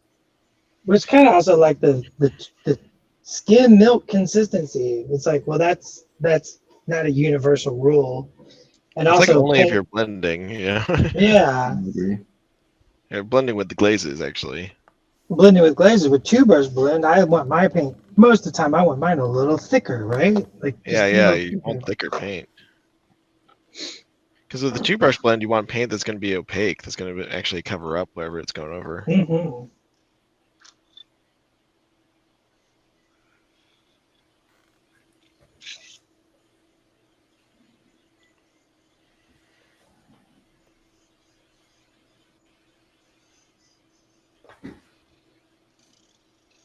So a lot of these like conventional wisdoms, things change once you start to learn more and more techniques. I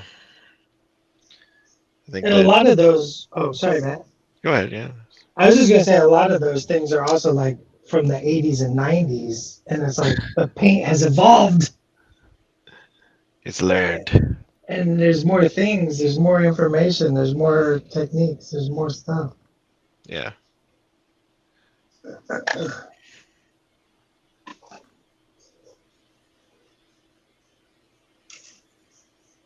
I have like 40 frames of plastic around me, and I'm kind of getting overwhelmed. The fun of kit bashing kids. Are they all gas stations? I got gas stations and apartment buildings around me. And then hydrogen. You guys came out with apartments, right? Yeah, Are they there's out? a. Are they out? I think so. Don't ask me that. I don't know what's out. I can't keep track of what's been released. I know what I made. Because you guys are out for a while. I remember that. It's cool that you guys made more though. Yeah, it's like a box that comes with like 2 apartment buildings and a bunch more terrain. So I think that black's pretty good for now. Might do some like, I have a little bit of bounce into the bottom of the black as well, but I'll probably add a little bit more later. But it's kind of hard to get in there on camera and have it actually show up. So we're going to move on and do a little bit of the white.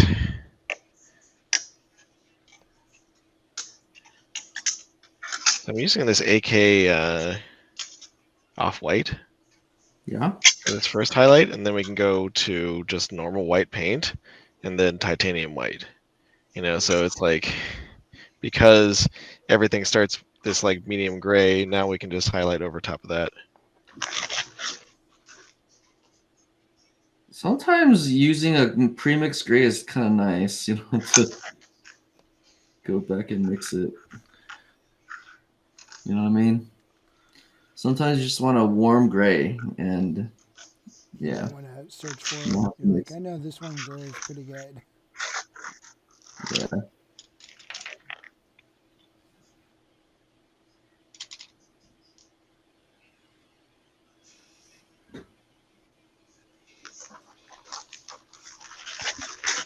I'm off camera. Sorry, guys. I forgive you, Matt. That's the problem This with like time. trying to get in really close so people can see what's going on, is that it can get off camera pretty easy. Mm-hmm.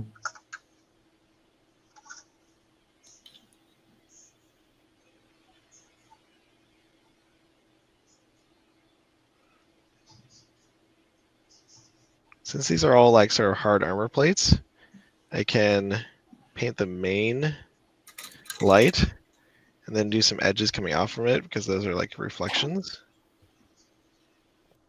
And then as we highlight up, those little line reflections that I did won't get painted, so they look like they're dimmer.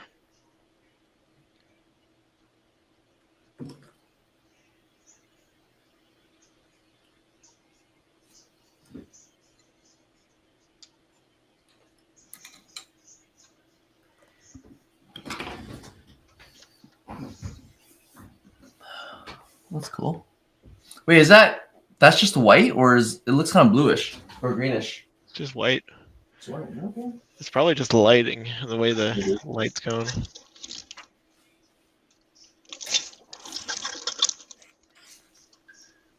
Go for my rush. I'll be back.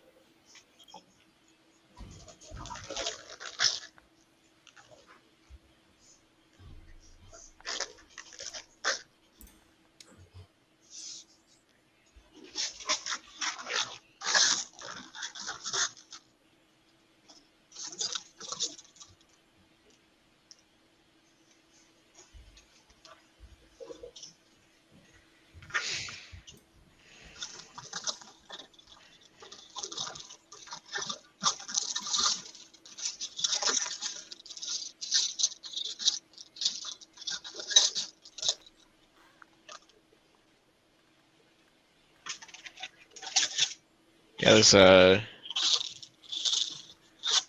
crew that I chose, it has a lot of white and black areas. So I think it was a few videos ago or a few streams ago. They're all up on the Miniature Monthly YouTube channel. I did a good bit about sort of the theory behind painting white, but the main thing is that you don't want your shadows to be too dark. So it's good to start with like a base coat of a light gray, honestly, and then you can move through by adding white or painting with just straight white paint. Glazes over top of that. So that's why like even the deep sort of crevices in between our armor plates they're gray. We don't want those to be black. It would throw everything off.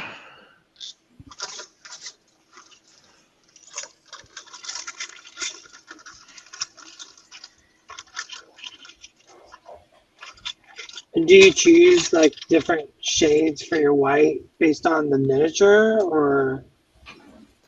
The miniature, or like if I have if I'm doing lighting, if you have different colored light, it's going to affect your white areas a lot. You know. Yeah, if you're doing like a display piece, yeah, with a backdrop or some emotion, right. But like for a tabletop, like purely like a gaming piece, like do you kind of think like the personality of the character or like the colors around it to create those new shadows, those new colors inside the white? Yeah, I mean, you definitely can. The other thing is, like, at this point, we could add some color to it. White is so sensitive to glazes going on top of it that you can paint it just kind of neutral white and then add just with a couple of thin glazes of transparency, we can add nuance or color to the white and then highlight over top of it if we wanted to.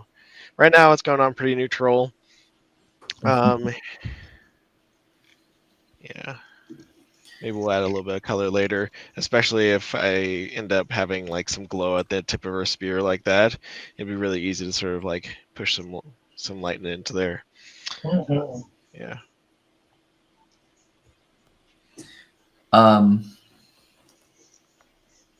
A comment for Dallas. Striker said that you should put some shield agents in that bombed out building and make it look like they're waiting for backup. Oh yeah, it's a good idea. Rope Man just repelled right in there, man.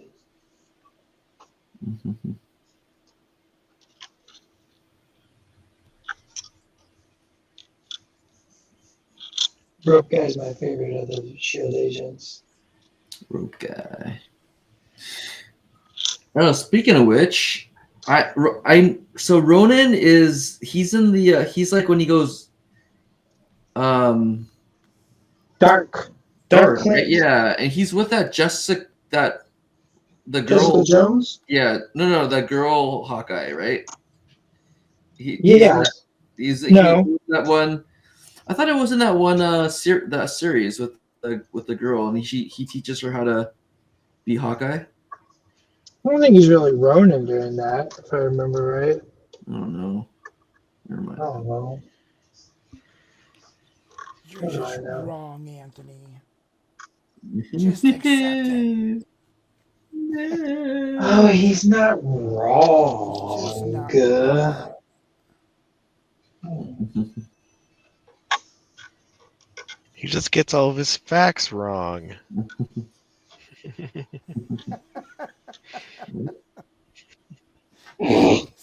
Naturally wrong. You guys and your little low chuckles, man. I feel like it's like a Beavis and Butthead show or something.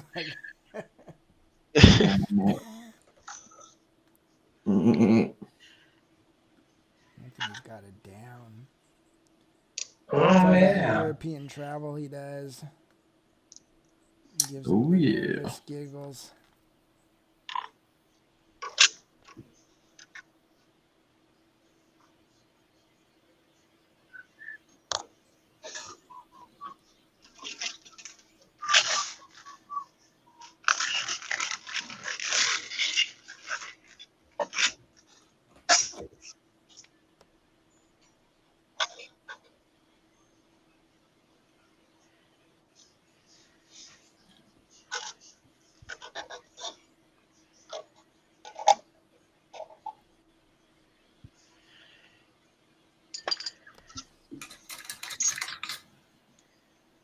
Howdy do.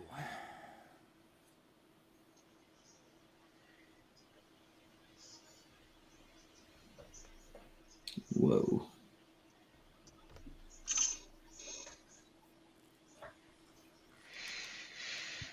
Now we can go to our titanium white. And titanium white's so bright that you could probably do like multiple layers. It doesn't show up super well on camera though, so we're just gonna sweep through this. in person, it really makes a huge difference.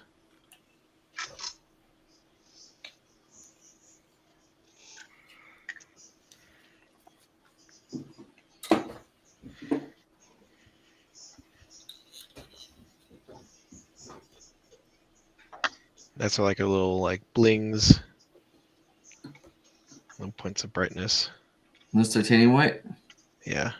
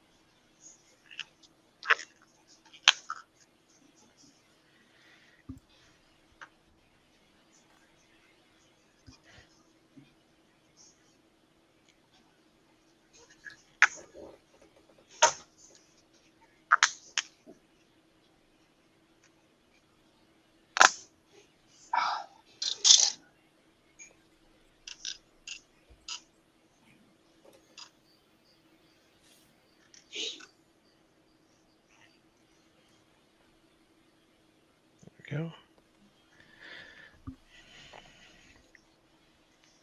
Yeah, so I think she's coming along quite well, and I'm pretty happy with it so far. We can see that the non-metallic metals have also been started, but I feel like we need, sort of some darkness painted in there. So let's get a dark brown in there and get some lining on them. On the white plates. No, on the non-metallic metal areas. She's got this metal arm. And The then gold, her the gold spear. part. Yeah, the golden parts. Yeah. Just for a bit more contrast. Yeah, you can kind of see the reflections marked in there, but there's not good definition between the plates and stuff right now. So, trying to get that. I'm trying to change that. Cool. That is the goal with this pass. Let's see if we. You can also sort of like paint in a shadow as well through one vector of these sort of cylinders, and then pull the lines off of that.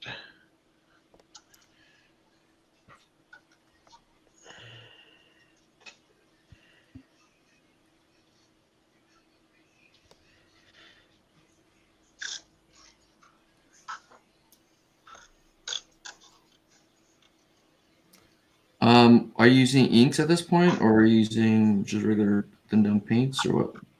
Just paints, but a lot of my paints have some transparency to them. Mm-hmm. So they're kind of like halfway between inks and paints, depending on if you mix an opaque color in or not. Mm-hmm. Could use ink. Just a little lazy, I guess. Yeah, I think I like the inks because they have a nice flow to them without losing too much of the saturation. Yeah, with an ink, you could get it to flow down in there and not be as concerned with it, like hitting other areas. Yeah. But with this paint, I can also sort of darken in some of the shadow parts of the non-metallic metals.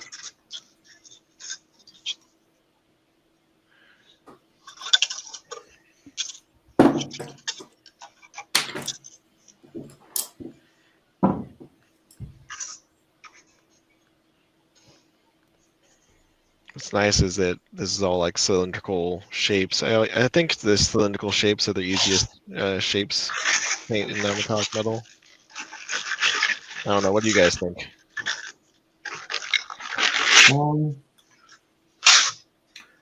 Yeah, I think it's I feel like a non-metallic metal is about the bounce lights and the reflections. So on a cylindrical surface, the reflections are typically lines, right? So Yeah, exactly. it's easier to. The highlights too, right? So it's like Yeah, really. everything is like in lines, which is nice. That's why I think it's the easiest shape to Yeah. paint. Agreed. I can get behind this philosophy. Yeah. I think, and for that reason, if anybody out there is trying to learn to paint non-metallic metals, just paint lots of cylinders first, and then learn how to paint spheres, and then angular stuff. I think angular stuff's harder for people to paint. Yeah, the angles are tough. So that would be like the hierarchy of difficulties. And then I think the actually the hardest is complex form. So it's like it's like a cylinder, sphere, angular thing all in one. Yeah. Now I can use like a transparent color here, and we can maybe add some vibrancy to one part of the non-metallic metal, that keeping another part sort of more pale.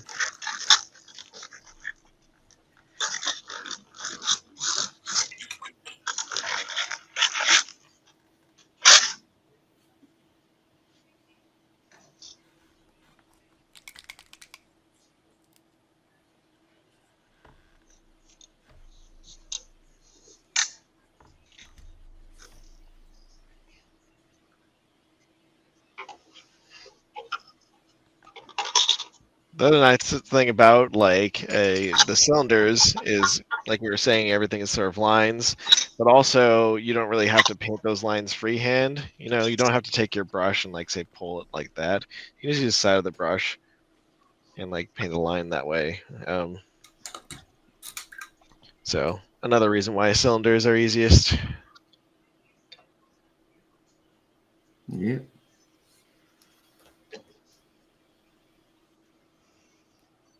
Ah, I'm not wrong. Ben, Ben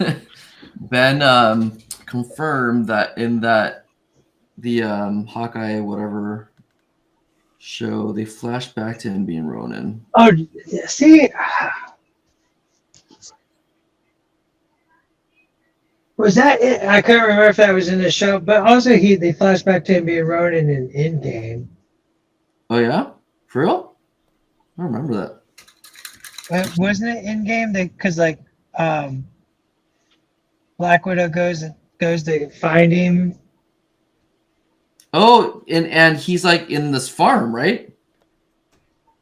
No, it's No. he's in Japan and he's Oh, wearing the mask and no, got a samurai sword.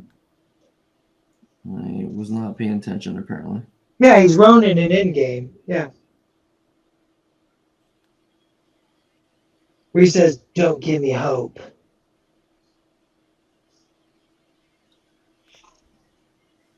So when they go back in time and find him or something.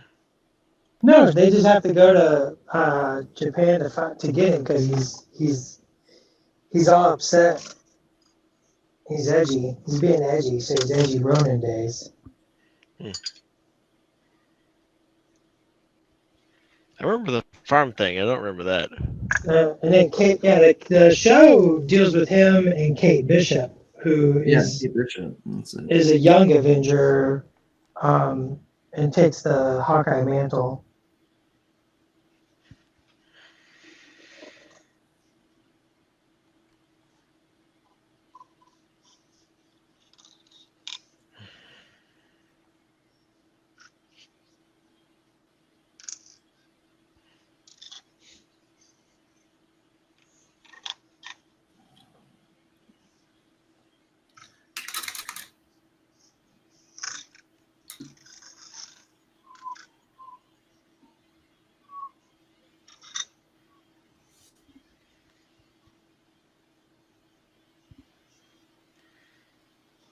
It's tricky to keep it on camera and get the right angle to paint these, but we're gonna try.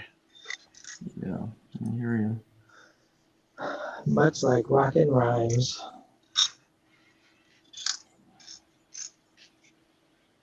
Oh my gosh.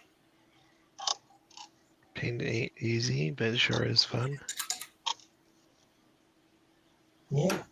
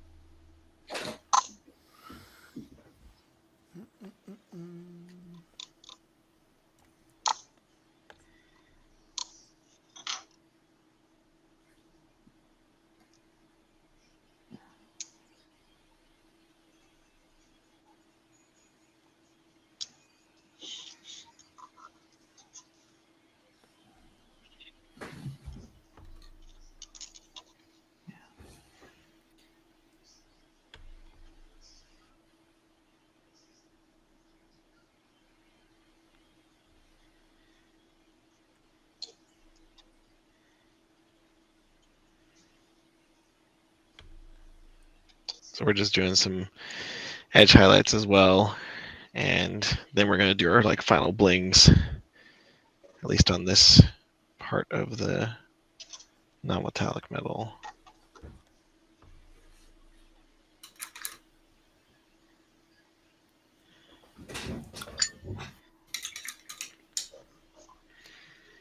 Oh.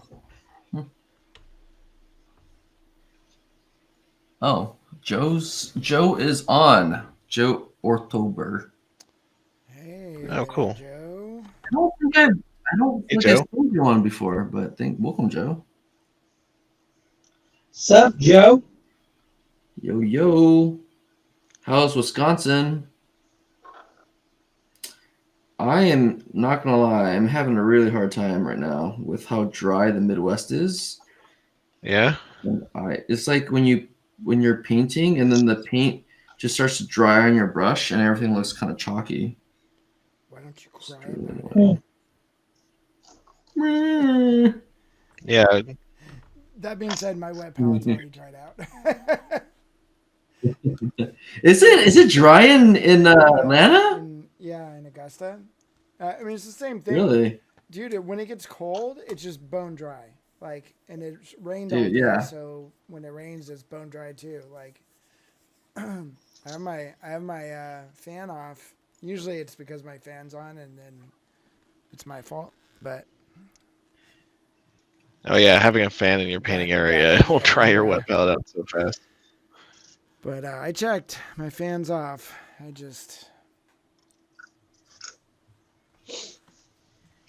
It's just really tough, you guys. It's so Yeah, I had a client from Chicago. I think it was last weekend, Mm-hmm. and he came out for private coaching, Cool. and he was like, "I love it out here." it's What like it's like 28 Seattle? degrees in Chicago, and it was like 70 or 65 here. Yeah. Whatever, Yeah. Matt. Whatever, dude. It's kind of amazing. Yeah. Yeah, I'm like, yeah, it's kind of like this all winter. dude, it's like so hard to paint.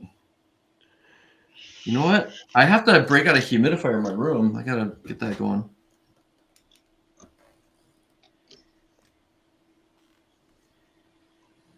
Washington State does have good weather for painting, don't you think, Dallas? I totally agree. Especially coming from the Midwest myself. Are you from the Midwest, Dallas? Yeah, dude. What? Where? I'm from Missouri. Show me Um, state.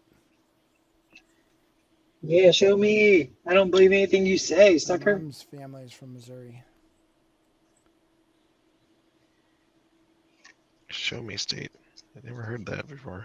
Yep. The show me state or the cave state. Either one. It actually says show me state on the license plates. Really? Yeah. It's the only state to kick out a Mormon.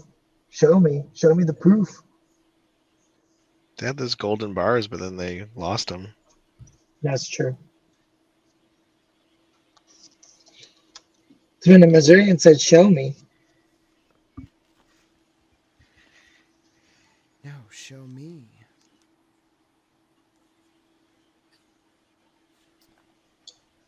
Oh yeah.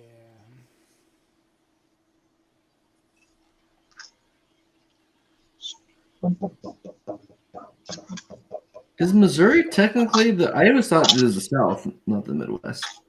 It's like right in the middle, It's right?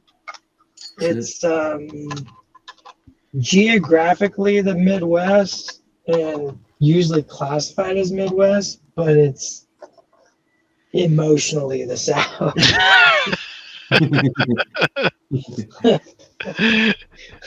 Philosophically, it's south. It's philosophically Southern. Missouri. Look, we got Pete's Knee High and Waffle Houses in Missouri. You know, we got the Ozarks. Like the Beverly Hillbillies were from the Branson area, so you know, Is it really? canonically in the show, they're from the Okay. Branson area. That's funny.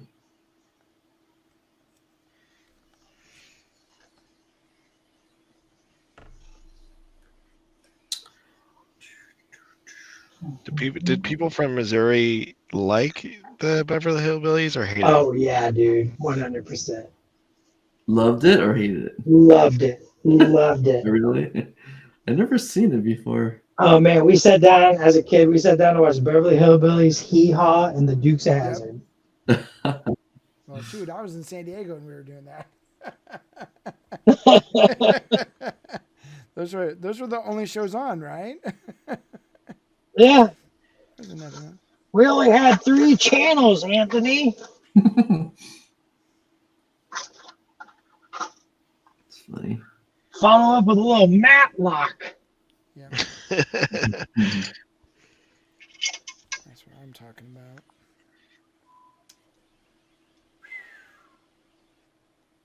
Buy that for $1.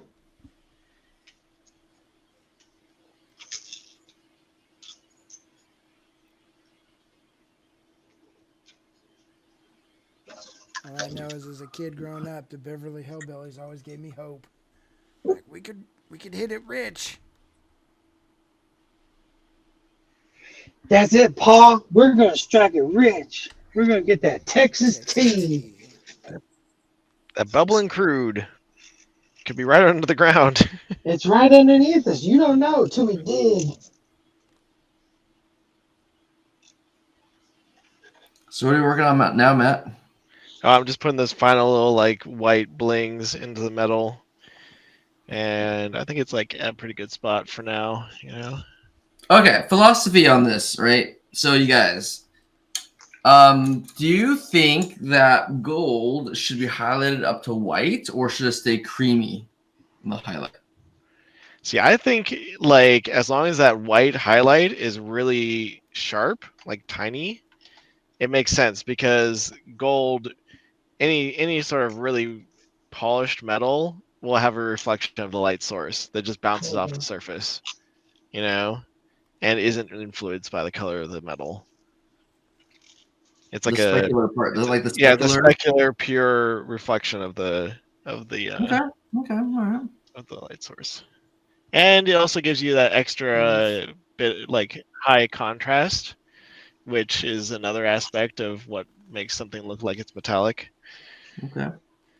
So that's why I do it. Okay. But if it's too broad, if it's like if the highlight is too large, it looks really bad. So you gotta be careful with it. What if it's a white gold? You didn't think about that, did you? Got him. Gold just looks like like silvery metal. Completely different thing. All right. Could be chrome, except it weighs more. It's the old chrome gold. It's for people who want gold, something that's made out of gold, but they don't like gold colored things. Yeah, I hear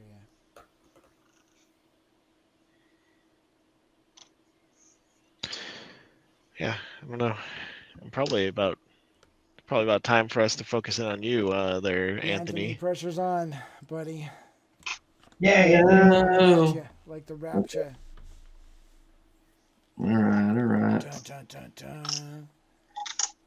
Ah, Okay. it's the green lady. Is All this right. the Grinch for Christmas or? Yeah. Wah, wah. It's Hot Grinch. Hot Grinch. Is that clear or is it kind of like fuzzy? A little fuzzy with me. Fuzzy. Yeah, focus. All right, focus maybe. Oh, Focus button. oh, it was like there for a Focus, second. Anthony. Oh, Height. Maybe a little higher, like that. whoa. Is that better? There you go. Okay, I think that's better. All right, That so looks just like her. Hot Grinch. All right, so I really like the version of Gamora that you guys chose too. I think her white like space armor is pretty sweet looking. So now I think I'm just getting You know what, Anthony? What? You know what, Anthony? What? I'm going to agree. Yeah, it's a cool Gamora. So right now, and also the sculpt is actually pretty conducive to I think some pretty quick painting. But it's a little bit, yeah. But the weather is fighting me. So what I'm gonna do is just do some like global highlight, just some global blending, and try to get something a little bit gradual going. And I'm keeping this area dark because I think I want to do like a bounce light of kind of like a bluish gray color. Let's try that. Let's see how it looks.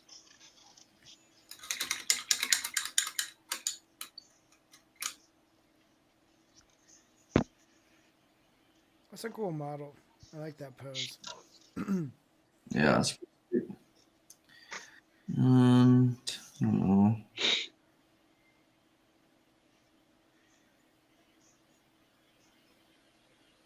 How'd your Jean Grey do in Monty? Oh, Monte, she got silver in Masters. Congrats. Thank you. Dude, the Monte was stacked this year, dude. You had 2 Slayer swords there. Both Albert and Borja's pieces.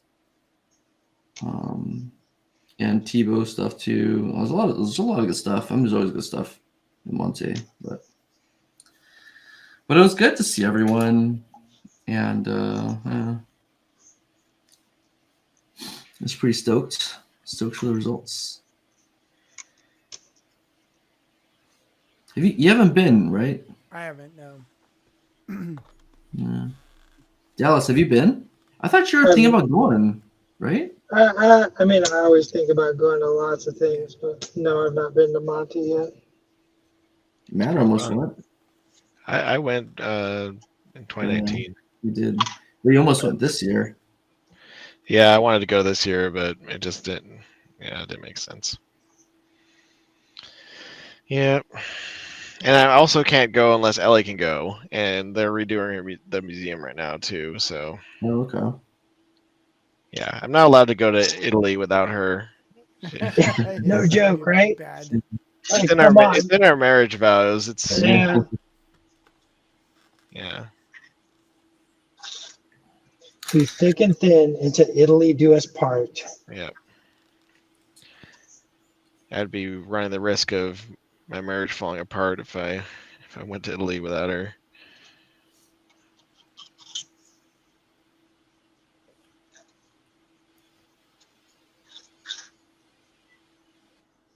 Sure, yeah. It's pretty awesome though. I encourage everyone who has thinking about going should definitely go. I actually find that like Monte is like the place because there's so many amazing painters and so many iconic pieces there. that I really get to see where like my level's at, and depending on how, you do there. So, and you see everyone's stuff and you're like, oh, so that's what I need to get to. That's cool. Yeah, it's good times. And it's so positive too. For some reason, there's not a lot of anxiety, I feel like. Yeah, people are pretty welcoming there. Yeah, it's pretty sweet. For the amount of really great painters, it's very like a welcoming atmosphere, no matter what level you're at, I think. Yeah. Yeah, and then dude, this year's the standard categories were like super stacked. I mean, there's stuff in standard that was better than masters, so I was pretty impressed. And that bodes well for this art form, Yeah. I mean, things just keep on getting better and better. It's the future. The future. And it's cool to see people like push and take risks, and that's pretty sweet. Yeah, and also express themselves with it as well. I think Monte, because of they have a whole category for things they're meant to be judged more on their expressivity and the ideas and everything, rather than just the quality of the paint. Yeah. I mean, obviously you want to have good quality paint too, but it's like, they kind of have made space for that sort of work, which I think is really important, because that sort of work is actually more accessible to the general public, rather than, the average person on the street. They're going to look at like an orc or like a, big booby chick or whatever and basically be like, I don't know. Not really my thing. Or I don't get this, why this is art. But, when you have those ideas and that expressivity, I think it's easier to kind of make that impression and get that recognition from the general population. Public. Yep. Yeah. Also, you can do things like have very expressive brushstrokes without, having to be too defined or refined, and have not that count against you technically, from a traditional miniature painting perspective, which is kind of nice. But what's interesting is there was some of the guys there we're thinking, and I'm curious what you guys think, since you guys are judges and stuff too, is what do y'all think about having competitions that are not based off of like historical or fantasy, but have it be based off of like themes, like say conflict. So in the conflict category, you could have like a war thing like 40K, or you could have like some other kind of conflict, that maybe more civil or, something else. But then you can't just have like a nicely painted space marine. You're going to have to show some kind of conflict there, So I feel like it could increase the creativity that people may have to put into their stuff. I mean, maybe, but like the problem is that you're never gonna. It's not open anymore, So what do you mean? It wouldn't be. It's like a more restrictive format, Yeah. So people can't just like do whatever they want. No, yeah, it's true, but it's like it knows exactly that, and I think that's the point, right? Not the point, but it's like there may be like say 4 categories, like let's say conflict, animals, love, and like something, and then I think that like maybe better to just like have instead of having it be a competition, maybe have a show with a theme, like it's just showing off your artwork. You don't have to compete. Yeah. Like that's how the art world usually works instead of everything being a competition. You know what I mean? Well, I don't know. I feel like in the art world, there oftentimes is competitions because even like let's say I did like some like say photography competitions, some international one, and that's kind of how they run it. But also like back in the Yeah, day with actually, the like salon and photography stuff. competition is a good example of that. They'll have a theme, right? And Yeah, then yeah, people make pieces of the theme. yeah. That's kind of a thought of like, oh yeah, maybe you could try that. I mean, I think there's room for different things. There could be one where just show stuff, right? You know, I kind of feel like that's kind of what like Monte feels like to me. You know what I mean? Because it's kind of like you're here. I mean, it's an open competition, you know. But I feel like people aren't like super cutthroat. You know what I mean? It's a celebration of people's displays, right? And kind of their artistic. I don't know. Why do you think it's different at Monte than other places? Do you think it's cutthroat at other places? I think like anything involving Golden Demon feels cutthroat. I feel like anything involving money can feel like a lot of money can feel cutthroat. Like I feel like Crystal Brush is pretty competitive, in that regards. What does cutthroat mean?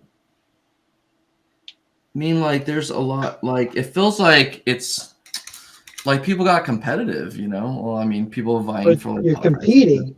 But what is cutthroat? What is the difference between competing and cutthroat competition?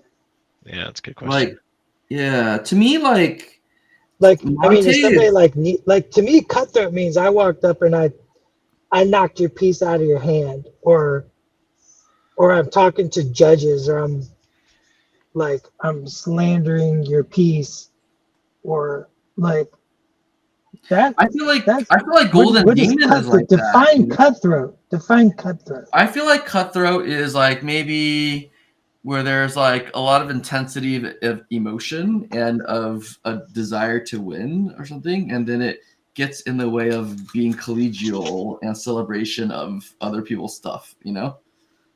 Yeah, I think it's more. I think what Anthony's saying is more the feeling that you have that it's more cutthroat. You have more chance of being butthurt coming out of that competition than maybe another one, because it's all about winning, right? Yeah. So There's so much writing on it. I really feel like Golden Demon feels like that. I mean, I'm not saying it's like raw. I mean, I think like super intense competition, there's a place for it. And I think that like Golden Demon is fine. Like, I mean, I feel like I really have to push my technicality stuff there. I feel like it's helpful for that. But I also feel like Monte doesn't feel like that at all. Monte feels, yeah, much more like a celebration of everyone's stuff. And I'm not, I, and Matt, you asked like, what do you think leads to that? Like, what makes it feel like that? And I think part of it is the vision of the organizers for what the show and what they want to be.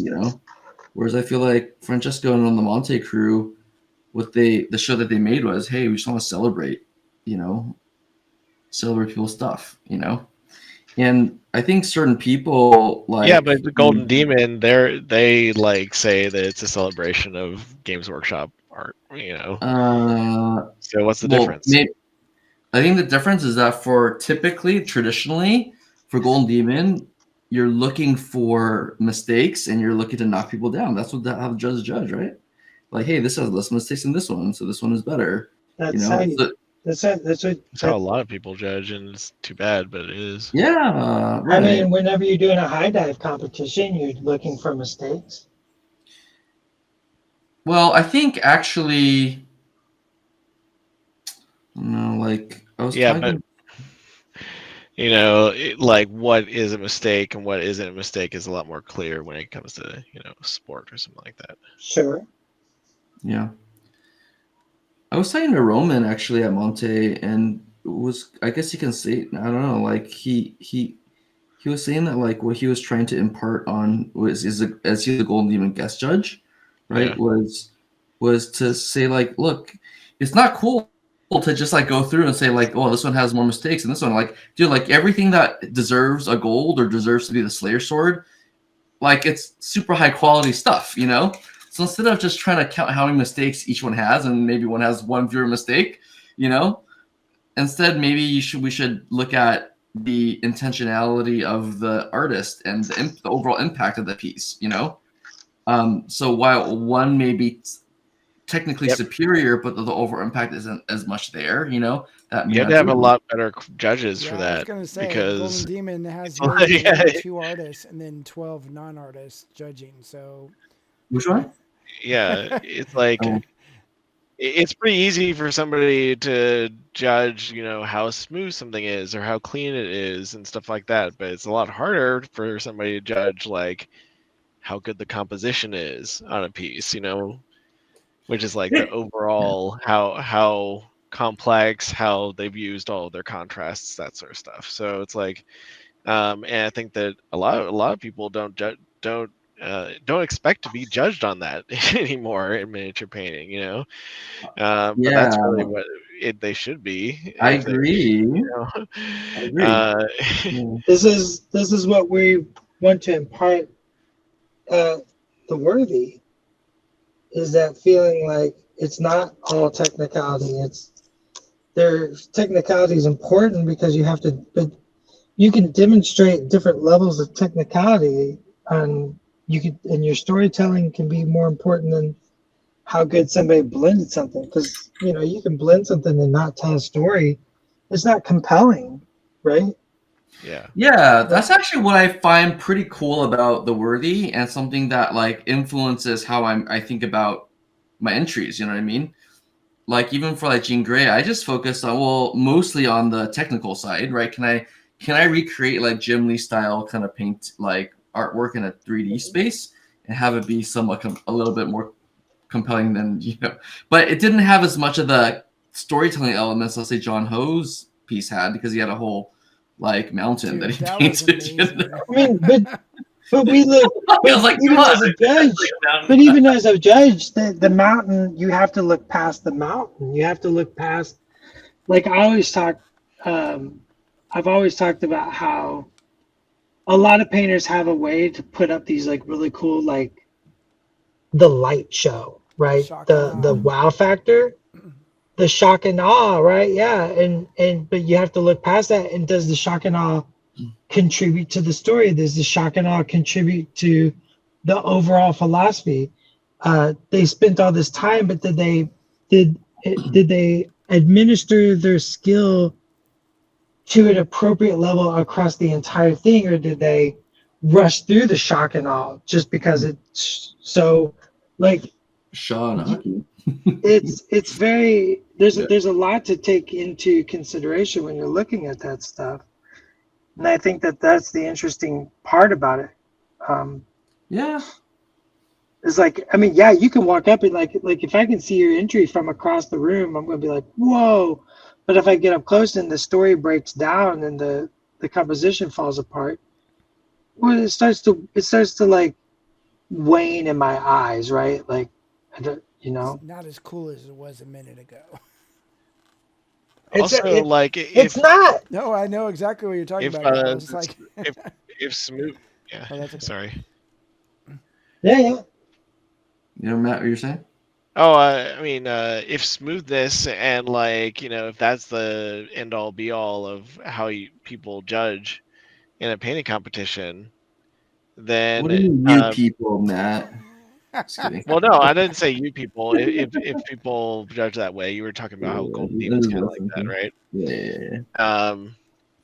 Then it kind of encourages a convergence on like a similar styles of painting, Yeah. Right. So it's not. It makes it a lot more restrictive as far as how you can paint in order to even if you want to have a chance.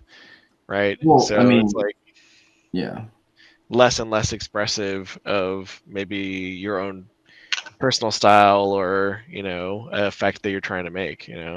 Yeah. I'm actually weirdly I do think that like it's something that you want to demonstrate in your pieces. You want to demonstrate that you have these skills of making things clean and sharp and everything like that.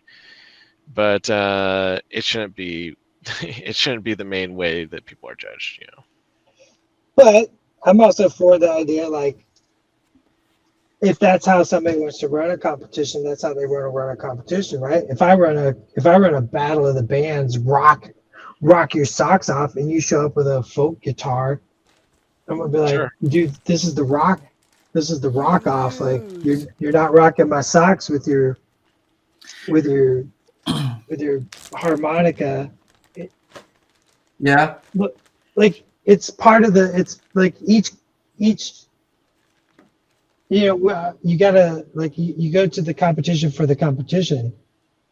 You gotta Yeah. play. You gotta play to the competition. Yeah. I agree. Don't compete. Like. Or don't. Yeah, Yeah, that's an there's a option. reason I don't compete in Golden Demon. I don't like the competition personally, Yeah. and I'm not You're moved by the. you're an adult with like autonomy. You don't You have don't to have do to do it. things. Yeah. Yeah, no, I agree, and I also don't think not every competition has to be the same. If every competition was a worthy, then it would not make the worthy special anymore. You know what I mean? Like, I feel like every, like, I agree. I like. Hey, everybody, don't copy the worthy. I'll come to your house. I mean, I like. I like Golden Demon, not because it's like my preferred painting style, but I like it because it's, for me, it's something for me to practice my definition and cleanliness in painting, I guess. Then use it for what it is. Yeah, right. And I mean, it is what it is. I mean, but not everyone has to do it. Like, we totally respect that, and what. Like I can practice my like cleanliness and all and like that stuff, painting something I actually want to paint. No, that's true. No, it's a good point. I mean, you shouldn't. You have to be somewhat passionate about what you're painting. Or you have to be passionate about what you're painting. Otherwise, there's no point. Yeah. Well, unless you're a starving artist. Okay, no, that's true. Well, that's a different thing. That's a job. Just a hungry artist. Don't judge me. Yeah. I painted things in the past where I was not passionate about it, but that's true. I needed to put food on the table, my man. Yeah. I think at the end of the day, So- we're lucky that we have as many contests as we have. So, like, you can find the one that, because I think True. if all of the contests were exactly the same, we'd probably have tons of problems with, like what we thought was the perfect contest is now not the perfect contest, and it should be a different way, So I think being able to experience different things, I think, is a good thing. Well, I think miniature art will have made it when we're not competing anymore. Well, then nothing's made it in the whole universe of humans. No, I mean, what I mean is like, or that. I don't know, when people are going to something that's not a competition just to see miniature art. Yeah, that's what I'm statement I trying to like. say. Yeah, I got it now. Yeah. I was just like being sassy with you because I love you. Yeah, if it's fair, yeah, it's okay. Mm-mm. Nothing has succeeded in humanity because we're just competing over everything. Like what I say about competition is like the person who succeeded is the one that's like gotten their piece into the people's minds, like, and in order to do that, like into their memory, like they'll remember that piece, years later. And I think that the way to do that is to like make something that really speaks to them. It's a conceptual thing. And it doesn't matter and sometimes those pieces, they don't win best of show, but people will come tell you that it's like, oh man, I remember that thing you painted, 20 years ago. It really, yeah. Yeah, I mean, I'm not gonna say I don't want to win best in show, but no, but yeah, there's truth to that. It's like if you make something, if you create some art that people remember and that people are inspired by, that's pretty sweet. If you make somebody feel something, like if you get them to feel an emotion, they'll remember it. Just remember, Anthony, There comes a time when the gold loses its luster, and the jewels cease to sparkle, and the throne room becomes a prison, and all that is left of the father's love for his child. Wise words from the most philosophical, greatest movie of all time. Yeah, it's a good movie. I What love is that it? movie. Conan the Barbarian, Is man. it? Oh, dude, I haven't seen that in so long. So good. Gosh. Give up on chasing those dreams of accolades. Do something. Do something. Do something outside the realm of the accolades. Accolades. Oh yeah. What if I roll a rock across the plastic card? That'll work, right? Give it those little dents and dings to make concrete. Only one way to find out. We're gonna do it, boys. All right, I think we can switch to Dallas. We got 15 minutes. Put it on me. I'm gonna put it on Dallas. Do it. Oh my gosh, it's an epic. My God. It's pretty That's cool. what I've been building. Heal. Building dreams. I was not planning on plastic hard concrete front, but I was like, I think that would look really nice. So, and I got this wonderful rock that my friend Tony Konachek's child gave me. It's a painted magic rock, they told me. For Christmas. They gave it to me because I was over just visiting, and they made me take rocks home because children. They needed to get rid of some rocks in the yard. They're like, I got so many rocks. I'm gonna give it to Dallas and tell him it's a magic rock, and that dummy will totally take it home. It's literally been sitting by my desk for like years. But I think if I push, or if I bang, what do you think, man?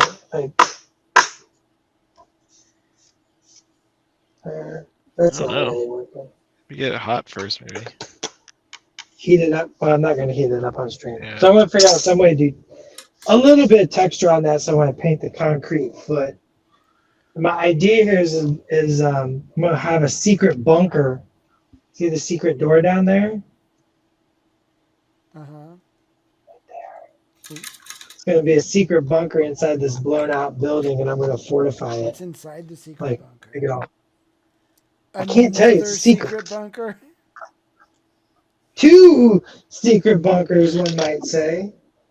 That's awesome. My goal in life is to get an underground layer, and I'm not sure how I'm gonna do that, but it's gonna happen. I mean, what's underneath Georgia? I don't know. It's just Caves? red You clay. got caves That's there? all. You can't really Just go red underground. clay? You just got to go off the side of a hill, and then that's your underground. Like, nobody wants to dig through the clay. It's just too yuck. And I think I'm gonna put this car in the front, and then have like these little jersey barriers here. And then it's just gonna have a bunch of big piles of stuff, and I'll start patching up this back wall. I'm gonna patch up, and I'm gonna patch up this side wall. There's a little hole over here, and do some patching. And probably run some plates across the roof here. Like it's being patched up. I don't know. This is what I've been working on. What do you do with your terrain? Are you like, do you play games with it, or do you like put it on display at the office, or what? I play games with it. Most of my terrain is all over here in my little game area, and so when we do game nights, I get to pull out all the cool terrain and Nice. play in it, because I think for me, like everybody loves painting miniatures, right? That when you're a miniature painter, not everybody who paints miniatures hypothetically loves miniatures, but like it always feels like terrain kind of takes a second back seat Yeah. in people's hearts. And it's so unfortunate because to me, terrain is like the unnamed character of the games. it's what makes it different than every other game, right? It's like every like a board game or a card game or chess or it's like you have this wonderful narrative little world that you have absolutely all the control over, right? You get to make this little unique thing you get to put together, you get to paint it. Same with miniatures, right? It's like you get to tell your little story with your little Mandalorians or your version of Thanos. My version of Thanos has a black bodysuit and brass armor instead of blue and gold, right? Like I get to tell a little story, and to me, Terrain is that other character that we just don't talk enough about, and you don't see a lot of people doing streams about it. There's definitely no competition. Tell little scenic stories, parts like of the with no miniatures, right? Like, Dude. But but Dallas, 1 year, I think you guys need to do a terrain category. terrain category. But like, it's the part where when you walk into a game hall, and the first thing you see is these buildings and trees and wreck tanks and all this like really amazing stuff, and it draws you in, and like you're like, oh my gosh, look at that, that's a Hydra base, right? Or that's like, look at that, they made the dark dimension table, and it's like totally everything is inverted and upside down. And so to me, terrain is so vital and important, so unique, and what makes what we do so special. It's the salt and the pepper to the dinner of miniature painting. I like it. Scenery category, Dallas. We'll call it the Allspice painting competition. The allspice painting competition. Just don't put Coke cans on it, or I'll boot you. There's one rule. There's lots of rules. People still break them. The rule says no IPs. But yeah, I just love making like little funky terrain bits. I have another one here that's actually for your all's game. I can't show it yet. Ooh, I'm just teasing Anthony because it's just fun to tease Anthony. No. But it's like Yeah. it's right here that I'm starting to paint it. But we'll have some. It's like see how excited you are for terrain right now. Like I'm making special terrain just for our game because that's important, right? I love That's the fun part about miniature games is like me and Matt's like, Dallas, come over and play a miniature game. I just got my Hulk squad all painted up. I'm like, oh my gosh, I haven't even seen his Hulk squad. What has he done? And I'm like, you know what? I have a month. I'm gonna build a special like Hulk containment terrain piece, right? And then I show up and Matt's like, look at my Hulk squad. It's like totally converted and painted, like looks sick. And I'm like, look at this piece of terrain. He's like, oh my God, like let's tell a story around it. And now we get to engage with the rules, but we get to like tell a little story, like our little narrative, without breaking the rules, without like adding like any complexity, without like being like, oh well, what if you get near it, roll a d6 and it shoots like lightning out. I mean, you can do that, but you can just play with it and just tells like more of a story, and it makes it more personal, and it shows how invested. To me, it shows how invested I am with my opponent, right? The converting and painting the miniature, the converting and painting, or just painting my squad, my roster, my army, my strike force, whatever game you're playing. And then if I get the opportunity to make a little bit of terrain to like help facilitate the narrative for me and you to have an even more exceptional time together, like oh God, I'm just so into it. It's just the best. Nice. Oh, I love it. Like our game last year, that was pretty sweet. You know, having all the. I mean, it set the mood, right? Like all that Hellfire stuff. You know. It sets the mood. It's mood lighting. Terrain is the mood lighting of miniature games. Mm-hmm. Truth. Word. It just sets the scene, right? Like when like it doesn't matter what game you play, right? I have a Black Templar army. If I show up and I'm playing against Matt's Space Wolves, right, and we have like a really cool, you know, urban strike, desolation exfil zone. Like we get to tell a cool story on that table, and then like maybe next time we play on like a crashed landing site, and it's like now we get to tell a whole new story with the same armies, right? We don't even have to add new stuff to the army.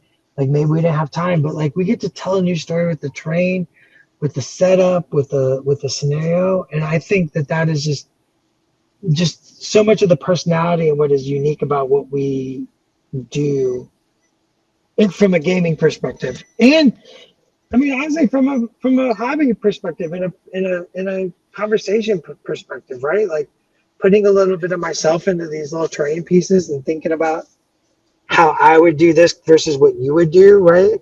Like it's that personality and artistry still pours through these little terrain projects that you get to participate in. Yeah, I think that goes into competition pieces as well. Like, terrain's really important. It's so important. It helps sell the story, right? It goes back to that, like something smooth and perfect on a gaming base, or not even on a game base, just a plain black plinth might be perfectly executed, but something not quite as perfectly executed, but tells an amazing story. And I guess perfectly executed, right? We're talking about some very specific terminology that may not be true. Um, Yeah. it doesn't have to be smooth to be perfect. But that's the collegiate discussion we're having here tonight, is what is perfect. Well, But like something that has terrain and tells a better story doesn't have to be as quote quote technical. that's what I think, that like it's like when you're like at the highest level of painting, is let's say you're trying to pick best of show or what gets gold or what's get first or second, oftentimes the differences are not that huge, and what if you're like one's more technical, like 10% more technical, 10% less storytelling, and the other one's 10% better storytelling, 10% less technical, then I, that the less technical piece I feel like should be in contention, for winning. It's not just all technicality. In And some competitions, they are, Anthony. yeah, You have to I, seek those out and pursue those. what are those, Dallas? Which one might you be talking Look, about? all I know is don't date a girl that tells you no. Okay, Anthony?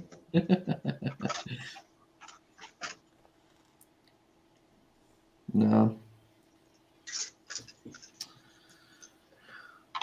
Let's see what am I at now.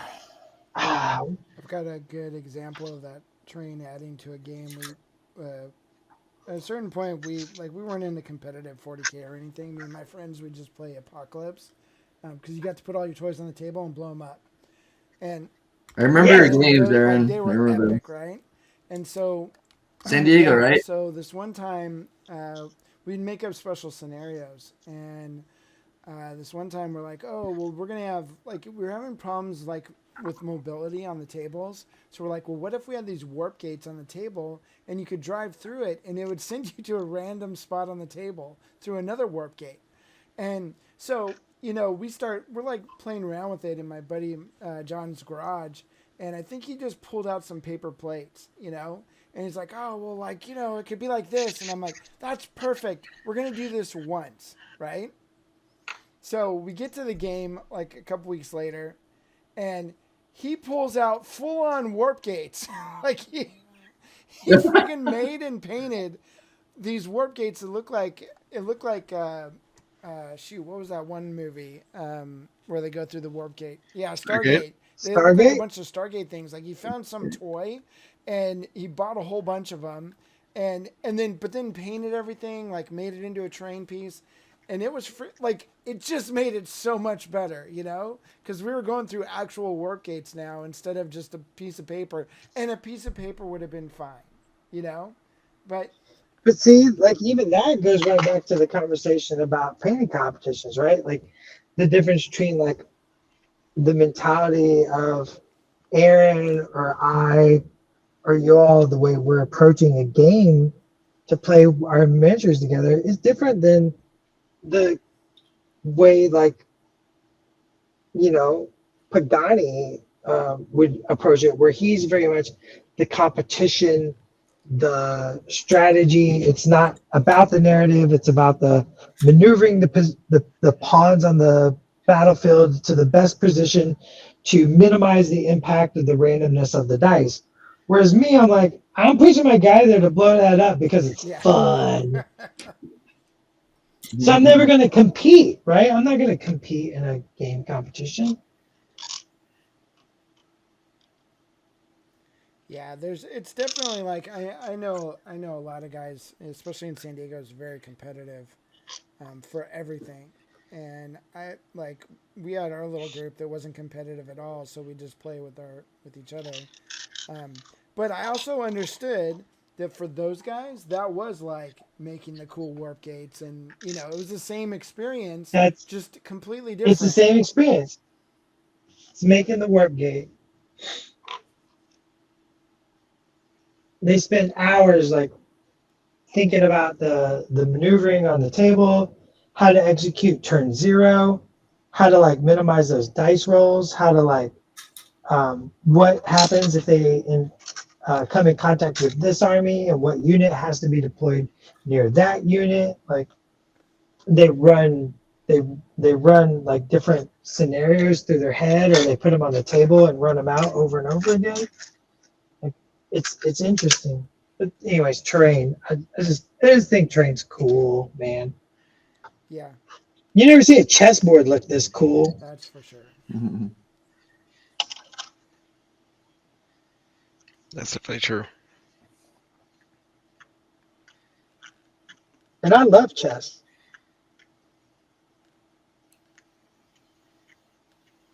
Been known to play chess from time to time.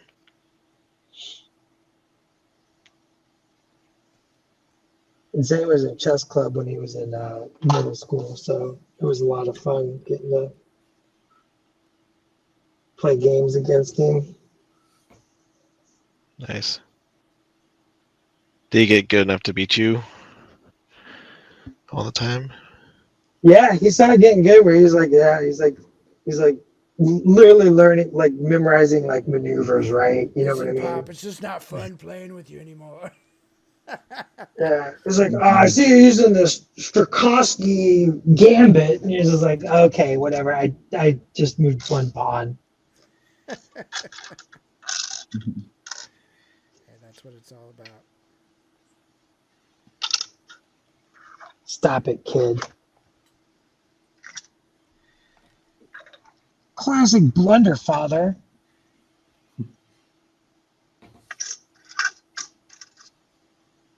That's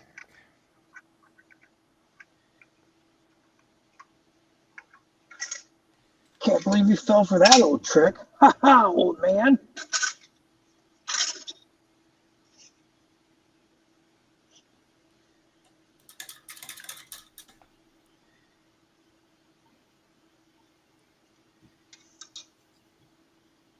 There'll be some way to dent up this. Oh.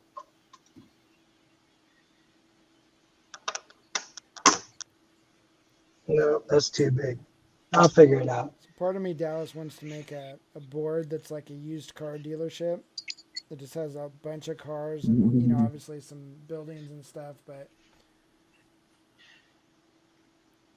I'm just trying to figure out how to make it not look cluttered though, because I feel like it might be cluttered. Oh, I love a cluttered game board. Like the MCP terrain docket like says like what I think 12 to 15 pieces Right. or something. And one time I posted a game that I was playing and the Facebook group freaked out. I think it was on the Facebook group or Discord, I can't remember. Because I had like 27 pieces of terrain on the table. Because Because I'm just like, I love all the terrain. And they're like, but Malekith can't fit there. And I'm like, so Malekith doesn't move there. I have to be a strategist and plan around Malekith not being able to land there. That's called tactics.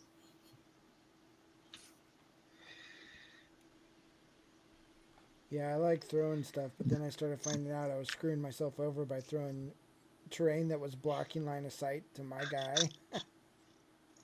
So like I'd throw a piece of terrain. Oh, that's super cool. Maybe do like a wound on his guy. But then now he has 3 guys who can see me instead of 1. So Yeah, that's yeah, bad that was bad strats. strategy. But I just liked throwing stuff. That's all. Look, you do the fun thing because it leads to fun stories, right? I remember way more of the cool games I lost where I was doing fun, ridiculous stuff with people that I enjoy spending Yeah. time with than I do games where I was like trying to be the very best, the best there ever was. Oh, we got Sleepy Boy Matt. Yeah, stream's almost over. I'm the one who's at Oh. the late time. Yeah, but do you even sleep? Oh, come on, Dallas. Actually, I sleep a lot.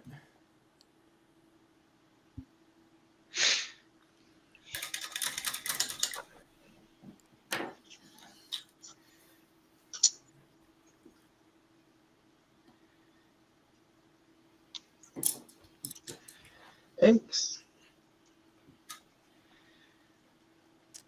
Oh yeah. I don't know. That's my thing tonight. I've been thinking a lot about terrain lately. Striker. Maybe okay. So Striker asked, "What about Pepsi cans?" No, it's an IP. Good lord.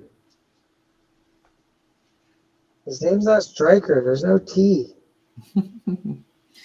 It's the what's our rules thing called? The heart of the rules or whatever intention.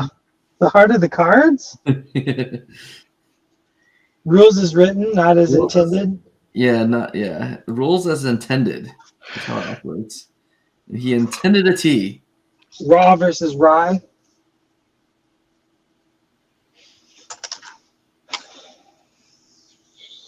What do you think would make good, like, should I just do like some just metal sheets blocking up the holes, Matt? Like, what's your vibe on this, man?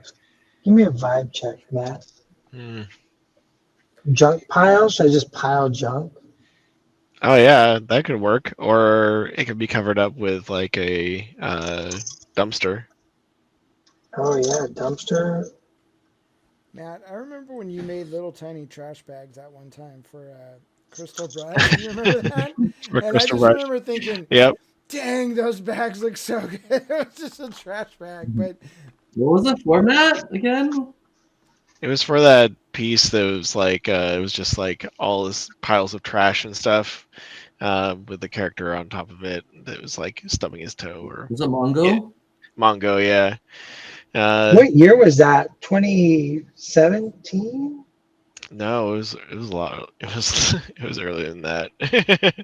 I'm trying to remember because I just looked at that piece when I was at it Verko's was the vault, year that I did my and rope. I had it like the base is actually like a piece of it's like the bottom of a bottle that was I found on the beach, and I signed it my name backwards on the inside of the bottle, so when you looked at and from the outside, it would be forwards. So the signature is like hidden inside the piece as well. But I think it was like 2013, something like that. 2013. Would have got it might have been earlier. Maybe it would be 2011 and 2013, something like that. I remember asking you how you made those, and you gave me a demonstration. And the very first piece of terrain we made for Marvel Crisis Protocol when we were getting it all together to make the rule book was I made like 20 of those little trash bags for the background photography. So They totally and work too. yeah, Matt Fabergé still uses them. Like we have like a whole pile of like little trash bags, and he'll put them in the backgrounds of like Daredevil pictures. So like anytime like you see our photography go up, like look in the background, see if you see the little plastic bags. Those are Will. literally The like Pietro trash yeah. bags. The Matt DiPietro told me method. how he made them, and I was like, oh, and I just made a whole ton of them. That's right.